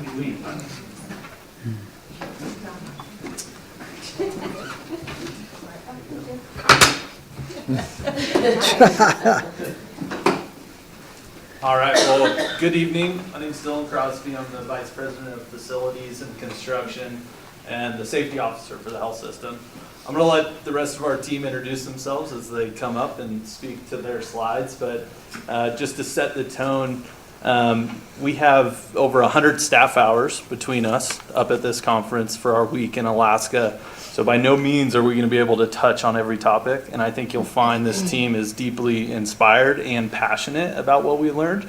So we would love to continue conversation, feedback as that arises, and all our contact information is at the end here. So the NUCA system of care is brought to us by South Central Foundation. South Central Foundation took over ownership, control, and operation of primary care and their related services in 1977, and they're based in Anchorage, Alaska. But they serve the much broader region of the Alaska proper through partnerships and different co-ops, et cetera, and they also co-operate a hospital in Anchorage, Alaska. Their primary mission is to serve the native communities, and they serve a population base of around 70,000. For context, how they relate to us, they're roughly double our size. So they have about 2,800 employees, same on the revenue side. Geographically, it's kind of like peanuts to Lake Tahoe, obviously, because they are serving just a massive, massive geographic space. So the NUCA conference was a 5-day conference. The first 3 days were really built, and I personally went through their onboarding process. So the first 3 days, they onboard every employee through this entire 3-day experience and really focus on 4 core topics. So the NUCA system of care is deeply, deeply rooted in customer-driven care. So their care is all driven by their customer. Their support teams, their clinical teams, the organization in and of itself is really there as a support to help guide the customer and answer questions and be the expertise to help assist through that system of care. And they truly believe in that ownership model, that Native American population owns that system of care. And they actually don't refer to patients as patients. They refer to them as customer owners. And I'd also like to just pause there for just a sec, because the similarities that you feel in South Central Foundation compared to here is eerie similar. Like that sense of place, that sense of pride that you really get. You know how you go to every community meeting here and you're like, hey, my name's Dylan, I've been in Truckee X number of years. I mean, you see that same thing here. And when every staff member talks, it's, hey, I'm so-and-so and I'm a customer owner. You hear that reverberated, and the staff really feel that sense of ownership and pride too. They also are deeply, deeply invested in relationship. In order for a customer-driven, care-focused model, you need to have that trust, and they do that through building relationship. So the entire 3 days was focused on a ton of tools to build relationship.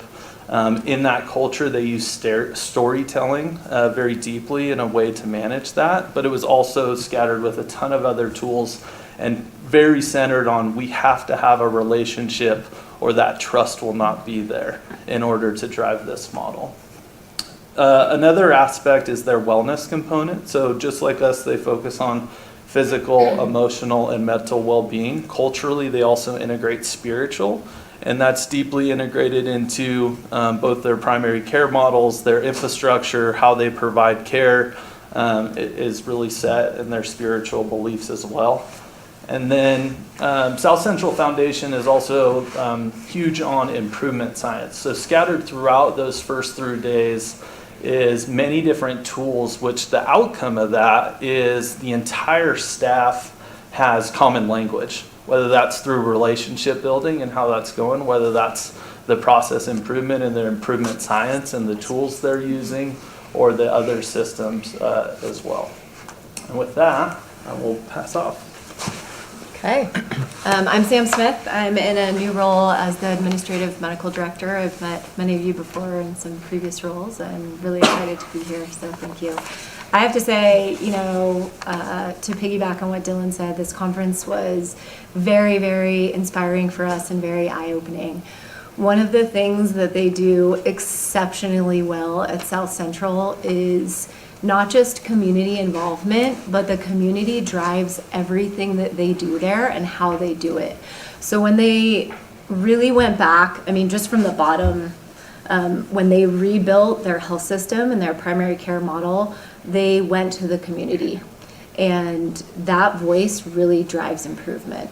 And when they went to the community, they obviously went with some preconceived notions of what they thought the new health system should look like. And they found that they had to come back and change everything, which I think takes a lot of courage to do from a health system.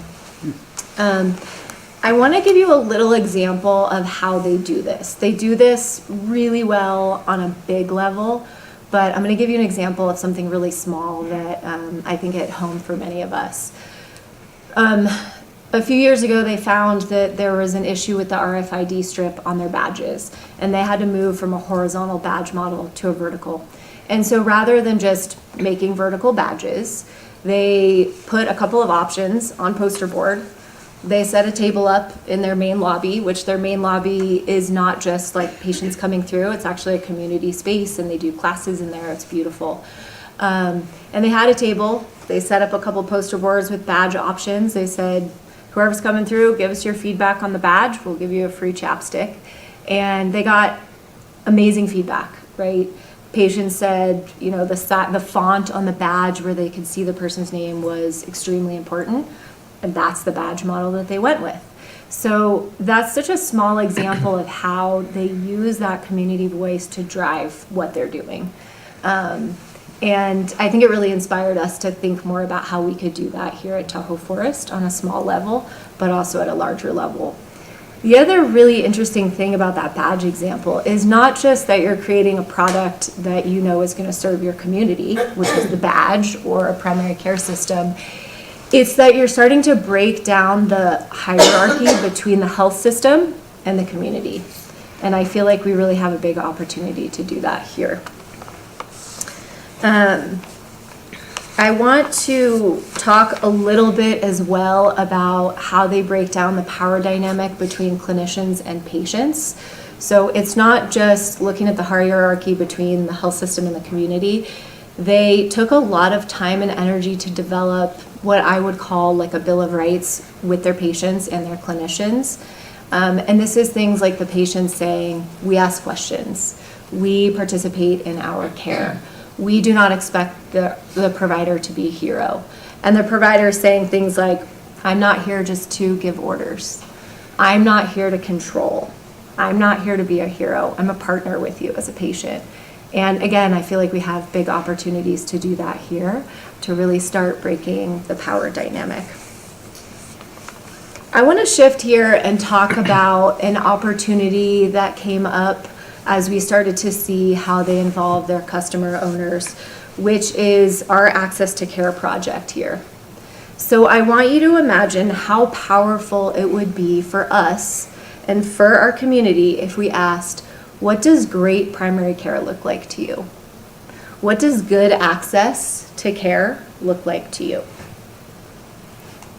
I'm hoping that the sound is on. Health issues lately, and I think one thing that me is the access of when I call with the having the medical staff triage calls and making sure that I have something to do in a quick, timely fashion versus waiting when you're in a time of need. Good primary care to me would be speak with my doctor when I want to, either on a telehealth visit or in a timely manner after a nurse or PA triages my concerns. Para mí, un buen acceso a la atención médica significa garantizar que todas las personas puedan recibir atención oportuna, accesible y adecuada, sin enfrentar barreras innecesarias. No se trata solo de la proximidad física a una clínica, sino también de contar con suficiente personal disponible, reducir los tiempos de espera y ofrecer telemedicina. As a patient, I have the expectation that when I send a message to my care team, I get a response within a timely manner, which for me would be within a couple of days for a non-urgent issue or something, or within 24 hours if it's really pressing and something's out of the norm. So this was really powerful for us. And these are not patients from Alaska. This is our community sharing that response to what does good access look like to you. And I think this is just a small sample of what we could do here and who we could be as a health system. And with that, I'm going to pass it on to Sandy. And I'm going to transition us to talking about how impressed we were with their ability to collect and manage their data. They have what we call a data warehouse, and essentially that is a place for team members and clinicians to access real-time data. One of the things that they've done really well is use their data to make real-time decisions, so they don't get hung up on whether or not they trust the data that they're looking at, or how to make the decision based on the data. It's there for them. And it allows leaders to track trends immediately.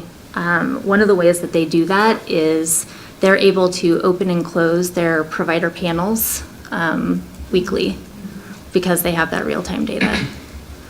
And something else that makes them really successful with their data management is the fact that they have 17 people on their team. And so they also have a clinician leader, a physician leader, that's a primary care physician who also helps to drive some of the clinical metrics internally and their benchmarks. Dr. Euland, did you want to talk a little bit about? Yeah, so they found a lot of value in having that clinician as not just a part of the team, but one of the leaders of the team. And part of it is they had to negotiate definitions for different health metrics so that they could all agree and make sure they were getting good, quality, reliable data that then was able to help drive decision-making. It also helped them focus on what was important to not just the providers and the clinicians, but also the community, because that data was used to not just help make healthcare decisions and programmatic decisions, but also help them manage population health at a much more real-time sort of pace as well, which is really impressive. Yeah, so essentially their data became a tool for better care instead of an obstacle. At Tahoe Forest, we are definitely headed in the right direction, and I don't want to slight any of the work that we're currently doing.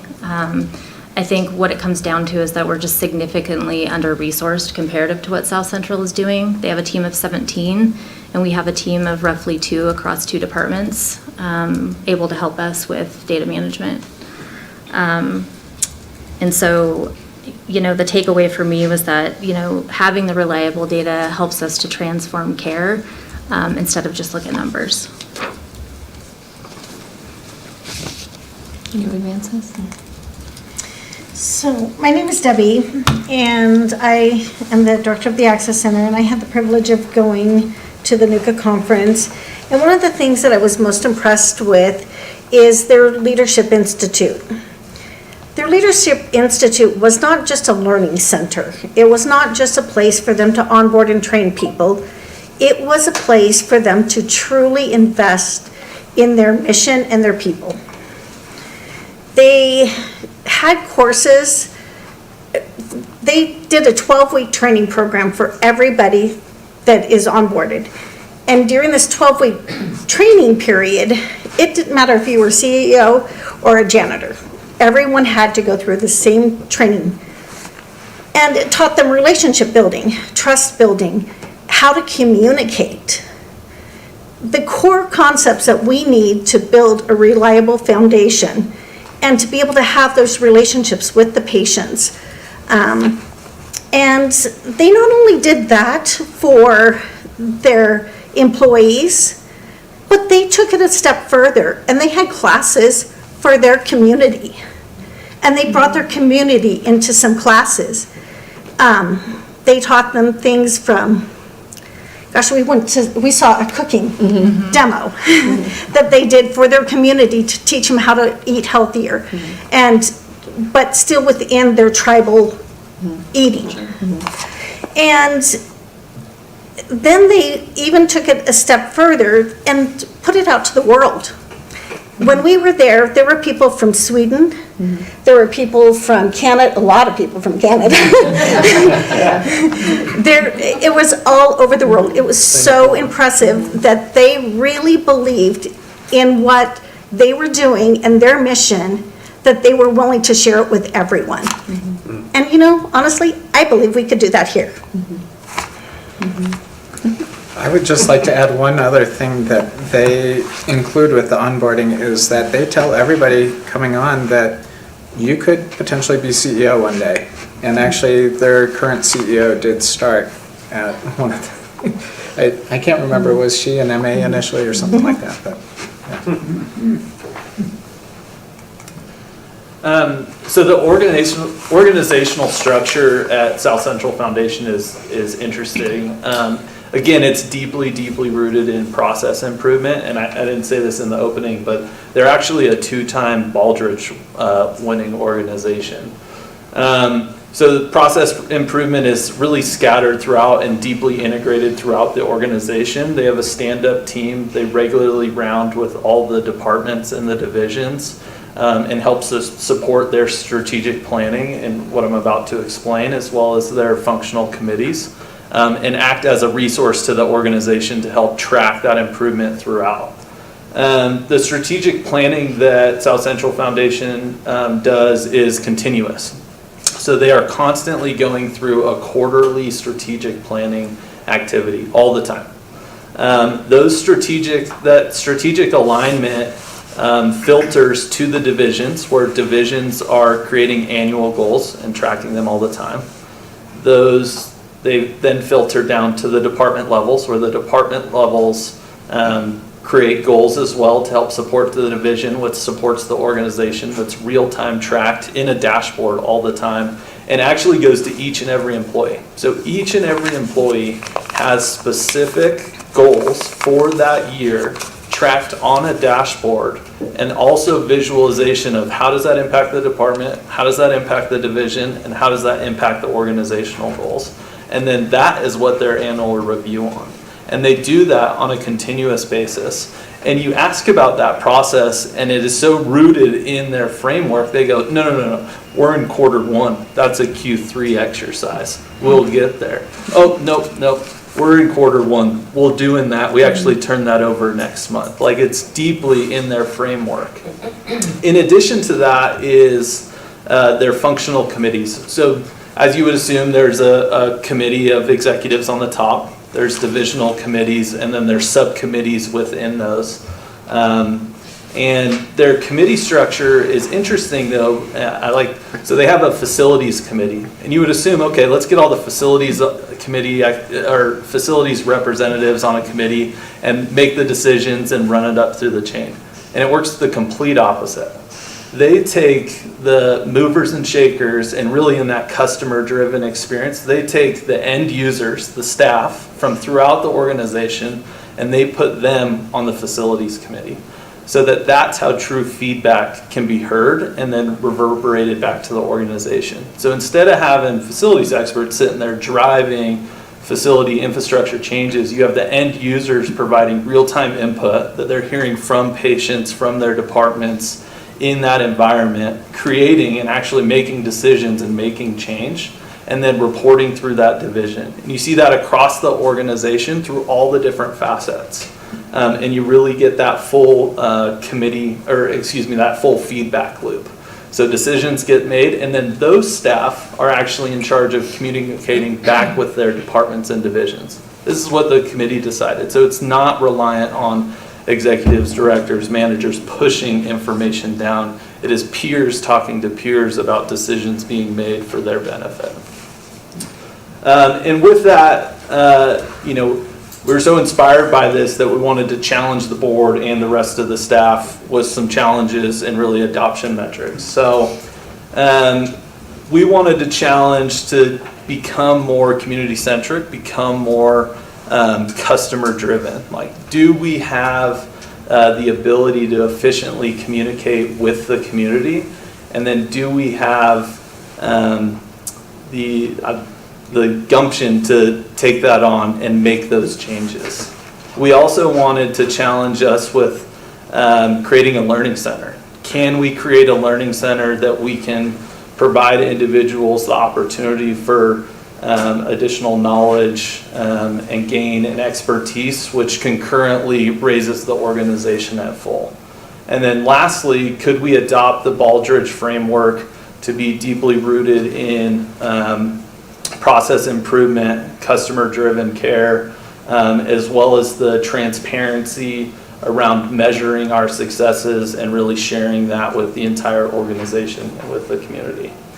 And again, I'll just say we got 100 hours, and I think you can probably tell we're very passionate about this, and we've just scratched the surface. So with that, we'd love to answer any questions, and anything we can't get to this evening, we'd love to have follow-up with you if necessary.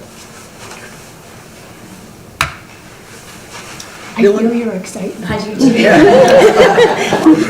hear We words. just want Crystal, no, I'm just I hear words that we've had here before. Crystal, Baldrige. Oh, yes. We've had that. We actually walked it next to the magnet for nursing, and we found so much of the activity was the same, and yet we just couldn't get it going. I mean, we had some of it going. We got third place in the state for our pharmacy. So again, I think that it's another time that we could start doing this again. We have the learning, we don't have the learning center, but we have all the components. If we look at what's happening in all the departments over in the wellness center, that can all be part of it. The issue that I have is, and here I've heard it from the community, is the price of these classes. So how could we make that more attractive to our community to come? Looking at also other things, time, space, etc. But again, I'm excited about your visit. I just think it sounds fabulous. I mean, I concur with Alice here. It's palpable, you know, your enthusiasm and the like.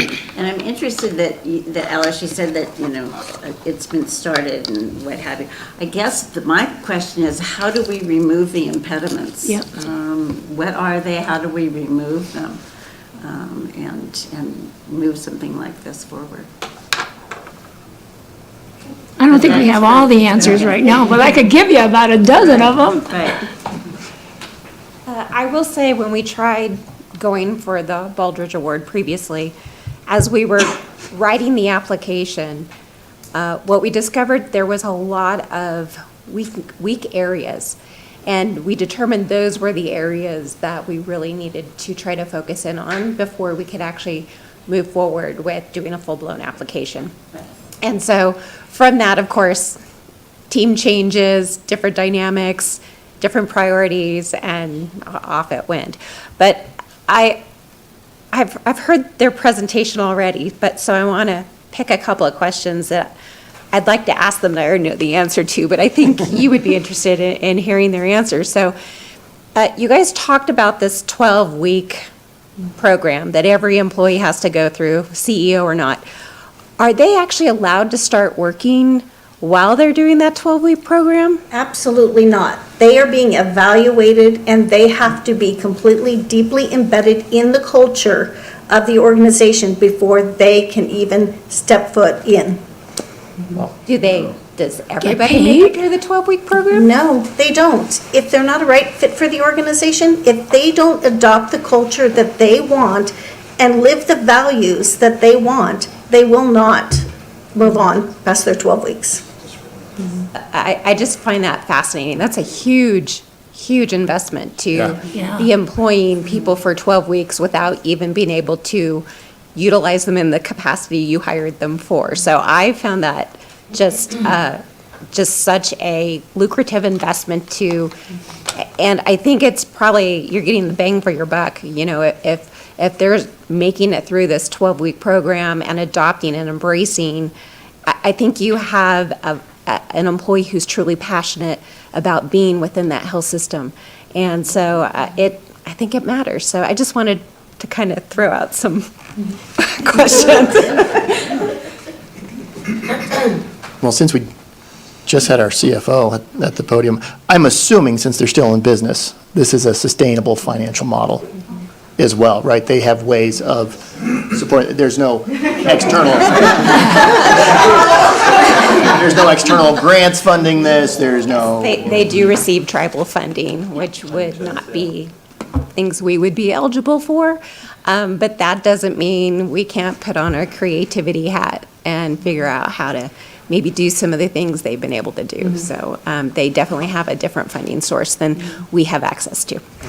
I will say they're not afraid to invest in some non-patient facing work that benefits the community, because that's come from the community. So, you know, one thing we didn't get into today was they use this integrated care team model where they build a lot of support around the clinician with like a nurse and a care coordinator, and they have a clinical pharmacist that's there to support, and that's all built around the patient and meant to surround them. And some of that work is non-reimbursable, and they recognize that when you ask them about it, because they know that in the end there's so much community benefit that they will eventually reap some of the financial somewhere else.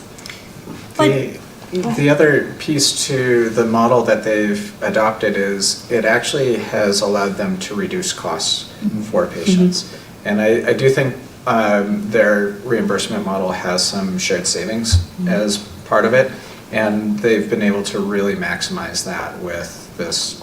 Actually, with my public health background, it's a wild dream to have an integrated care model like that. But they also listened to the voice of the patient. They didn't make this decision on their own because this is what the provider wanted at their hands. They went to the patient and or the customer owner, and they said, "What do you want?" You know, in some of the research and some of the talking and digging into the NUCA model, one of the things this pharmacist, one of the doctors did, he was just so impressive. He worked with one of his patients, and he realized his patient wasn't picking up their prescriptions at the pharmacy. And so he had some concerns about that. So he goes, "Okay, I'm going to work with pharmacy. I'm going to get your medication and send it to your house so that you don't have to drive here to get this medication. We will send it to your house." So after about 3 months, he decided that he was going to go there to the home to do a home visit, and he said to them, "Okay, I've been sending you your medicine for about 3 months. How is it working for you?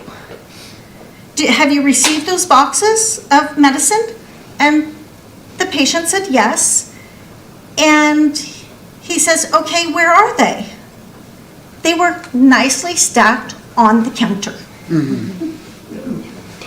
So that's where they had to bridge that barrier to get that patient to buy into their own health care. We can get you your medicine, but you need to be just as willing to take your medicine. And that is the type of work that they've done with their community to really better their health, better their life. And we can do that. Dylan, as you know, we have a Patient and Family Advisory Council, which seeks to get input from those who have had services from the hospital. Do you see an approach to the community, just an expansion of that type of program? You know, I think PFAC's great, and it's a great opportunity to go get feedback. The one thing at South Central Foundation is literally any change is rooted in community feedback. I mean, the badge example seems like a one-off example, but it's not. It's the detail of every change they make organizationally. That's the level of detail they solicit to inform that change. So absolutely, I think the PFAC is a great resource and can be leveraged. And I think they have a bunch of community groups as well that they leverage for similar discussions. But they also do other things of consult in the room, ask questions, consult at the time of visit, phone calls, reach out to the community members. So they use a myriad of different channels in order to really grasp and connect with that entire population base. Well, thank you for going and investing the time, and thank you for this report. I echo what everyone said here. And Dylan, you said challenge the board. So I love a good challenge. I thrive on challenges. I look forward to next steps. And I think one thing that always comes to mind is, in times of change, in times of growth, it's trust. I really believe the clinician-patient relationship is based on trust, and it just goes up the line from the people you work with to administrative council, to the leadership, to insurers, to the government. It is all about trust, and I think that I look at this room, and I think these are the right people to make some change. So thank you for going, and thanks for this presentation. And I don't want to end it because I have many other comments. Back to you, Chair. You're welcome. Any other comments? Questions?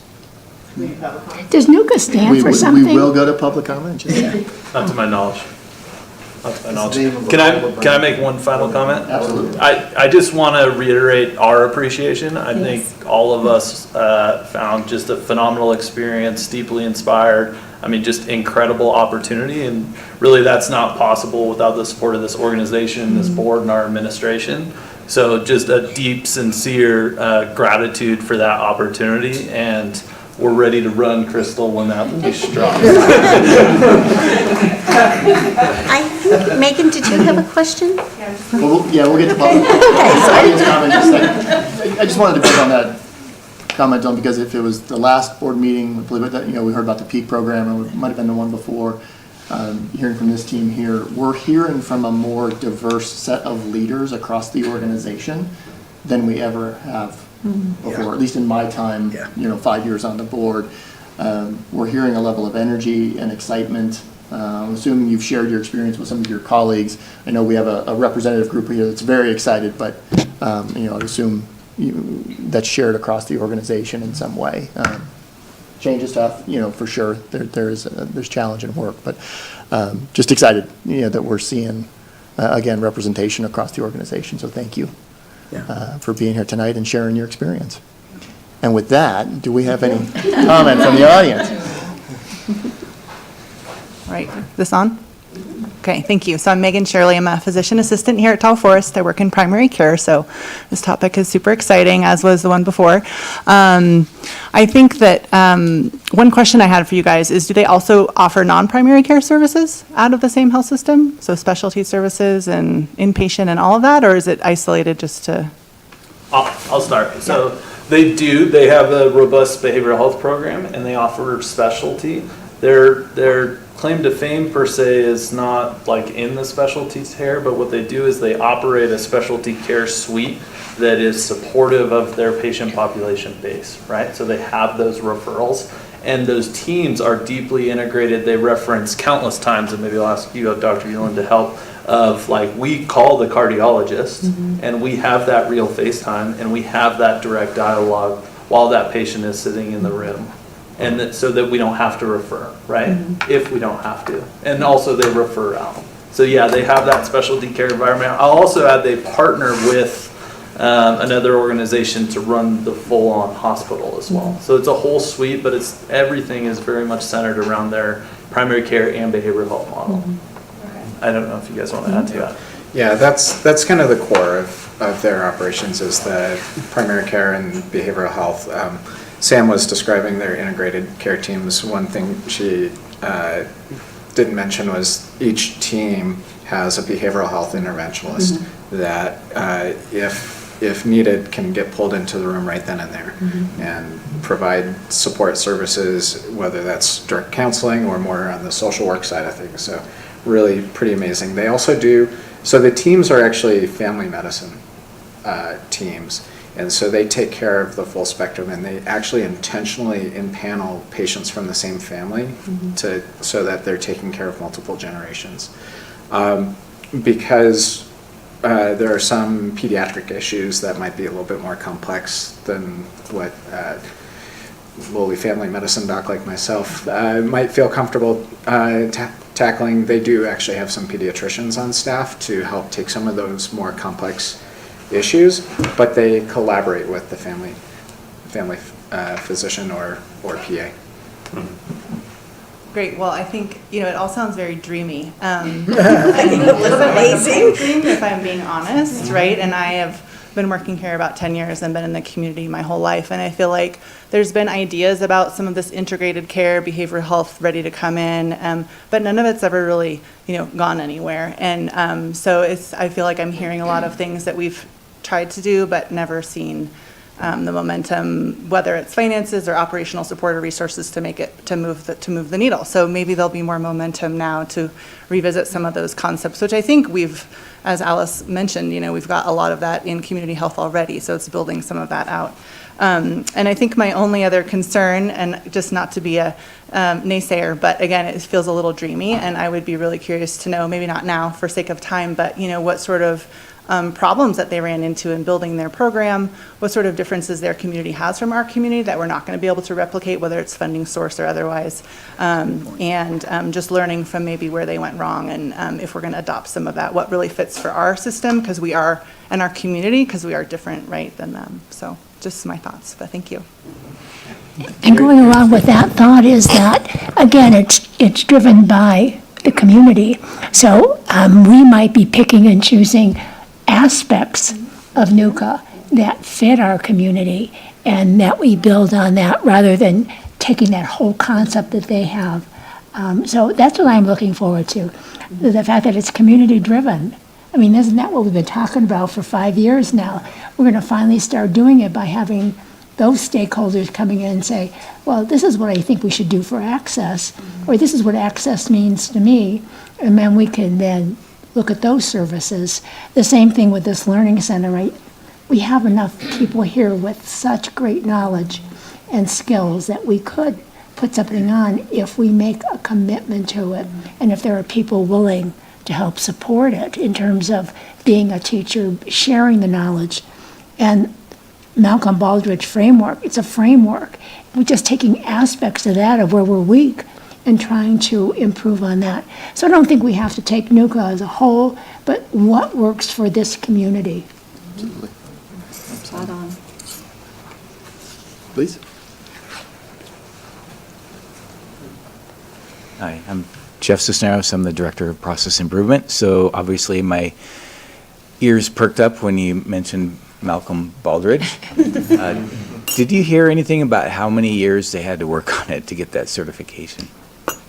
They got it in 2017. I don't know how long they were. I thought it was 11 when they started. I don't have exact, their framework and their history, so they adopted it, and so they really took charge in 1997. Mm-hmm. They really went out to the community, they changed a ton of things, and they applied for the Baldrige, didn't get it, but the second that they jumped into that framework is really when they elaborated, like, that was the transition phase. Like, that's when this idea, these concepts really blossomed into something, obviously just because of the structure in that improvement science, as well as the reporting and the transparency, I think really resonated with that community. I really think it would resonate with this community as well. Cool. They're like a lifetime member of the Mac Baldrige Lifetime Society. Thank you. Thanks, Jeff. Thanks, Jeff. The heart of that question, though, and I think recognition from the board, like, I don't think there's any expectations that this happens next month. No. Right? I mean, this is a multi-year journey, decades-long journey. Right? It is something that we'll always aspire to and continue to work towards. But I think the word that we've been talking about for a while, and you echoed it, is community, and really much deeper community engagement, meeting the needs of the community. Yeah. Partner is a huge word. We need our patients, customer owners, whatever you want to call them, they need to be a partner in their own health as well, right? It's not just on us to be mindful of their health. And so what does that partnership look like? All wonderful questions to be asking. So thank you. Yeah. Well, thank you. Any others? stuff. Yes, can you state your name for the I'm record? I'm Anna, and I'm the CEO. And I got to see this before, and so I didn't actually cry, although I felt so inspired and so moved by you, and so relieved as the CEO, because as leaders, you saw some of our data, we have some work to do. And I think the question was asked, like, how are you going to do that? And this is partly how. And it's such a relief to all of us on the leadership group to have, this team and others like you it's really a challenge for us to keep up with you. I just want to make a couple of other things that you just didn't say that I know. So I'm going to do kind of like Crystal when she asks questions that she knew the answer to.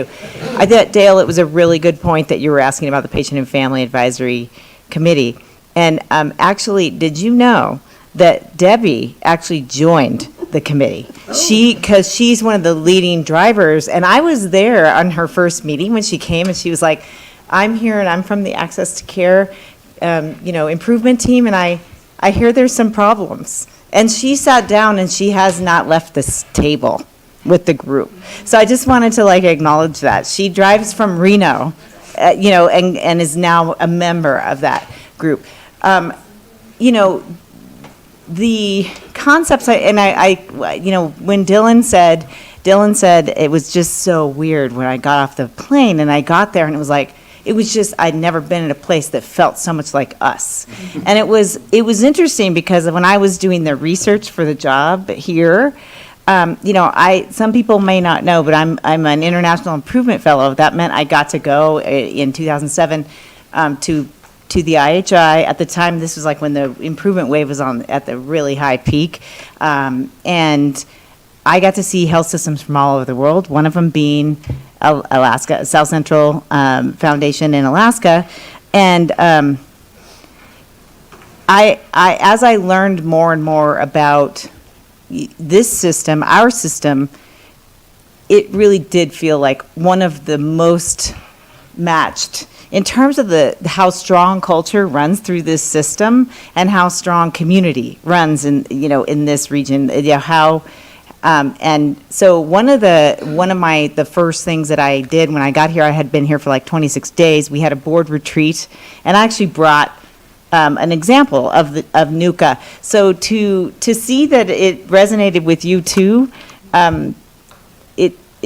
it's such a relief to me because it means I might be tracking with what's going on here. So I want to thank you for that, because as a new CEO, you don't know, and so I think that I just want to really appreciate that, you validating what I'm seeing, but I also want to tell you what I'm seeing.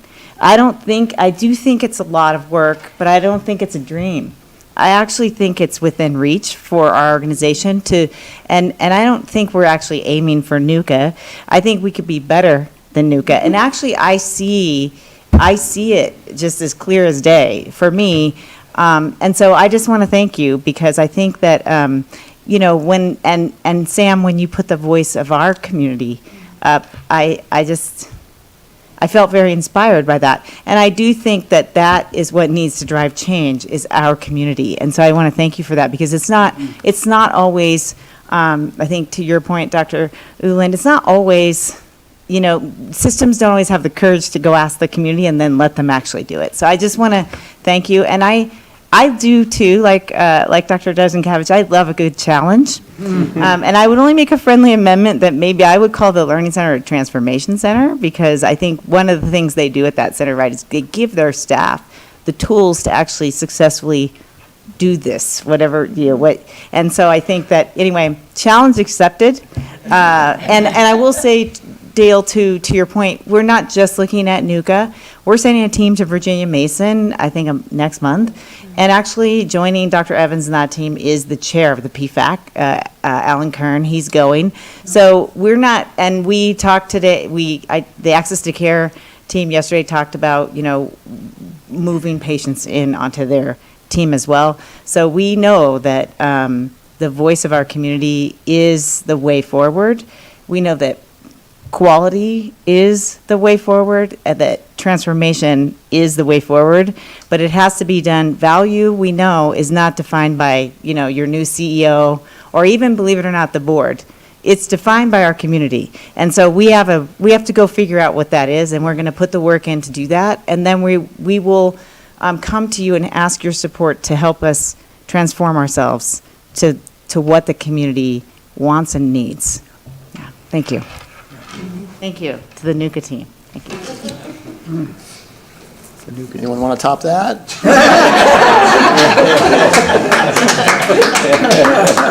Hearing none? Not possible. Okay. Okay.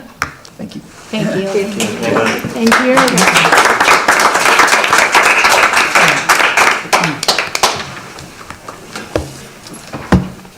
All right. Moving on, items for board action. We actually have one item of board policies, but 2 policies underneath that item. Crystal, we get you? Okay. Crystal?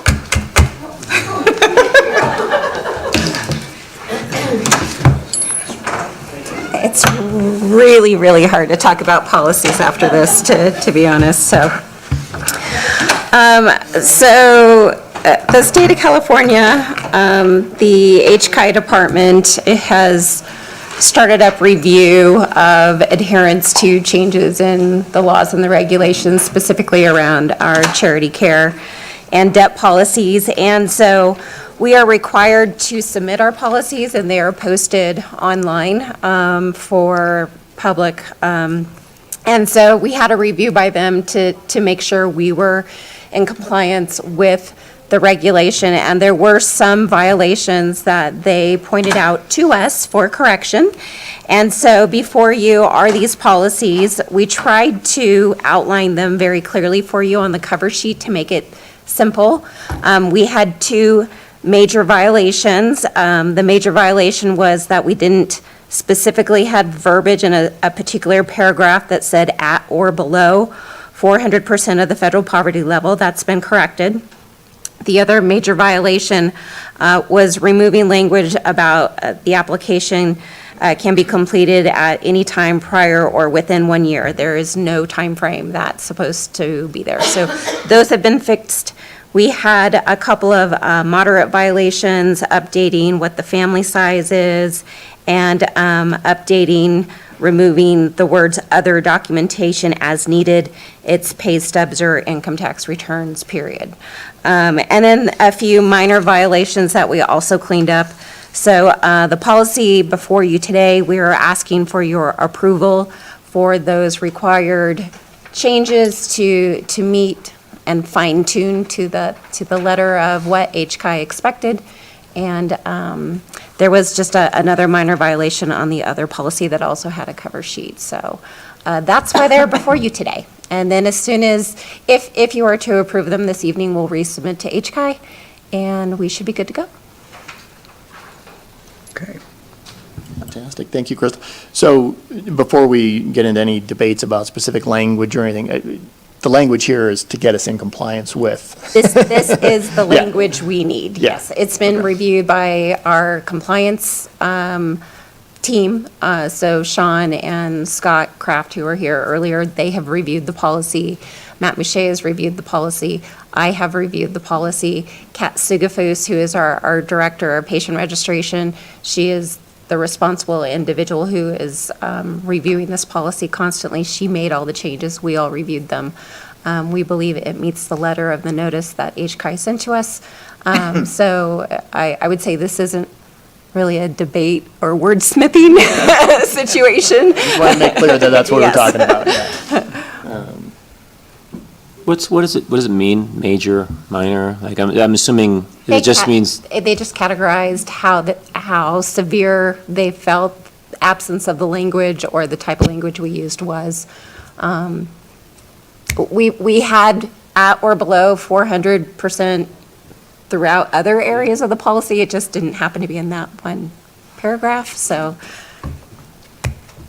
maybe just a comment, I find that odd. I mean, if you have to make all these violation changes, major, I mean, it's. If you read it, you kind of go, holy cow. Yeah, But then exactly. You're like, when oh, you get major, into what do it, we you're do? like, And I'm like, it just. It's wording. I can see, I think it's important. I think I can see maybe they're ranking the importance of them, but to call it a major violation, I didn't quite understand that. Okay, thank you for that clarity. And with the wording that existed, really, were any patients or customers affected by it? No, this didn't come from patient complaints, or any of that. This was purely, HCI did a review, these were their findings, they asked us to correct it. And this policy, so the journey of the patient who is under 400% poverty level, they. At or below. At or below. Words matter. Major violation, own it. This is the policy that they get? What is this? Yes. This is our policy, this is their policy, where does this No, live, and this who is- uses this? This is Tahoe Forest policy. We provide this openly to every patient. We notify patients throughout various documents that financial assistance is available to them, how to seek it, how to find it. So this isn't just a buried in policy stat for the staff to try to find someday. This is a public document made available to the public. Is there an abbreviated form of it? No, and so we cannot provide an abbreviated form of it. We are required to provide this language and this notification. But is there an executive summary? I tried You have to get ChatGPT on that Is there one. an interpreter to this policy? So our financial counselors assist in a summarized version when patients inquire, and then we get into details. I think that's what I was trying to get at. I mean, reading this, this is long, and so if someone is trying to navigate the system, I just want to make sure that they have, I just want to get understanding on how their journey. So thank you, that helps. That Yes, our helps. financial customer service representatives, our financial counselors are all well-versed in this area. Our financial counselors are truly our experts, and truly will hold the hand of the patient through this process to assist them. And depending on their need, rises to different levels in the organization for review, but they do not have to go this alone. And that's why we have our financial counselors, yes. No further comment. Nope. Any other comments, questions? Comments, questions from the audience? Dale, before you run, we need a quick vote. Yes. Was that a motion or was that a yes? I can't quite recall. Nature called Nature was calling. I think you can do one motion for both of them. Yeah, that would be nice, one motion. And do we wait? You don't have to wait, you have a quorum. We have quorum? Okay, I'd like to make a motion then to cover the item 611, financial assistance program, full charity care and discount, partial charity care, policy ABD 09, and is there other one too? And Credit and collection policy. credit and collection policy. I know, I don't have that one, I have this one. Credit and collection policy ABD-8. Thank you for that very thorough motion. Can I get a second? I'll second it. Motion and a second. All in favor? Aye. Opposed? All right. All right, Approved 4-0 with Dale being absent. thank you. Thank you. He's back. Okay. We went on vote of that. If you were supposed to recuse yourself from that, we need to, provide information about that. Were you trying to recuse yourself from that vote? No, All it was right. another call. Moving us on. There were no items pulled from the consent calendar. Board committee reports. Board committee? Yeah, the Quality Meetings? Committee met on August 21st. I'll just give you a brief summary of what we did. Number one, we're still working on our charter. We've had some discussions about what some of the items were and a different take on what those were, like education of the board. Does that mean education of the entire board? Does that mean the education of the board members? So again, we're going to get that clarified, and I think we'll have a draft to bring to the full board next month. Again, I want to thank the Quality Department for the 5th year in a row. They have completed the validation survey, and they saved us almost $175,000 because we were able to complete all of the domains of the survey. We went over some patient safety structures that CMS put out, and we will be required to do an attestation that we are complying with these. And as we read them, we are. I mean, there was no question in our mind that we were meeting them. We talked more about the star rating overview, again, as we've talked about the achievements of our peaks this year. We have a 5-star rating in our patient satisfaction, but no star rating in our overall rating of the care that we give because of the numbers. We did go over another algorithm, or some new algorithms that CMS has put out that go along with the 5-star rating. But again, when we looked at our bundles, that we are doing very well in those work bundles attached to each of those criteria in the star rating. Also, the quality department has a process improvement dashboard, so you will see now every quarter where they are on those items on their dashboard, and Janet Van Gelder will be bringing that to the board. And that's pretty much our report. Thank you, Ellen. If I may, we had the community engagement meeting this past Monday. As we annually do review our charter, so I do want to, include the quote that we have in there. Ensures, one of the responsibilities of the group is ensures collaboration between the health system and community partners through active listening and advocacy for our public, which I think makes good. In our discussion just earlier today, I think is very appropriate. As mentioned in the great report, we made our metrics, and actually it was very interesting. I'll take a moment because this one's very interesting. 6 metrics were met, which is great. And I kind of joke with the group, we have 3 different sets, and so there's a possibility in the fall we could have 9, and the goal in 2030 is to have 10. So I jokingly said, hey, we're done, auto control, put our cruise control from there. But in all seriousness, these things can change, just because one group, as you saw up there, some groups are met on that diagram, it can change with policy changes, with health changes. So it is something, and I'm just so grateful for the group and the work that they've done to build all these amazing work groups, collaborative with community to really show there. So as things may change, it's really amazing to have the structure and the team in there as well. And with that, I think I'm very excited. We go through 3 data sets. I think one is the community health needs assessment, which is every 3 years. The Children's California Healthy Kids Assessment, which is every 2 years, and we have our data EPIC, which is again more not as different. So I think it's what I really, again, so the data itself I think to me brings a lot of questions, and so I think Director Brown and I had this great discussion on that. But I really am just so proud of the team. I credit Louis and the team for putting a flag down in the ground and saying, this is what we're going to do. This is how we're going to be integrated partner. And the best thing is when you put a flag in the ground, when you get there, you say, okay, where's the next one? And so I'm looking forward to presenting, what will be next under the pyramid as we go forward. So thank you. All right, thank you. Any other committees? No. Okay. I think that might get us there. Closing comments. We've had a number of shorter meetings so far this year. We made up for it tonight.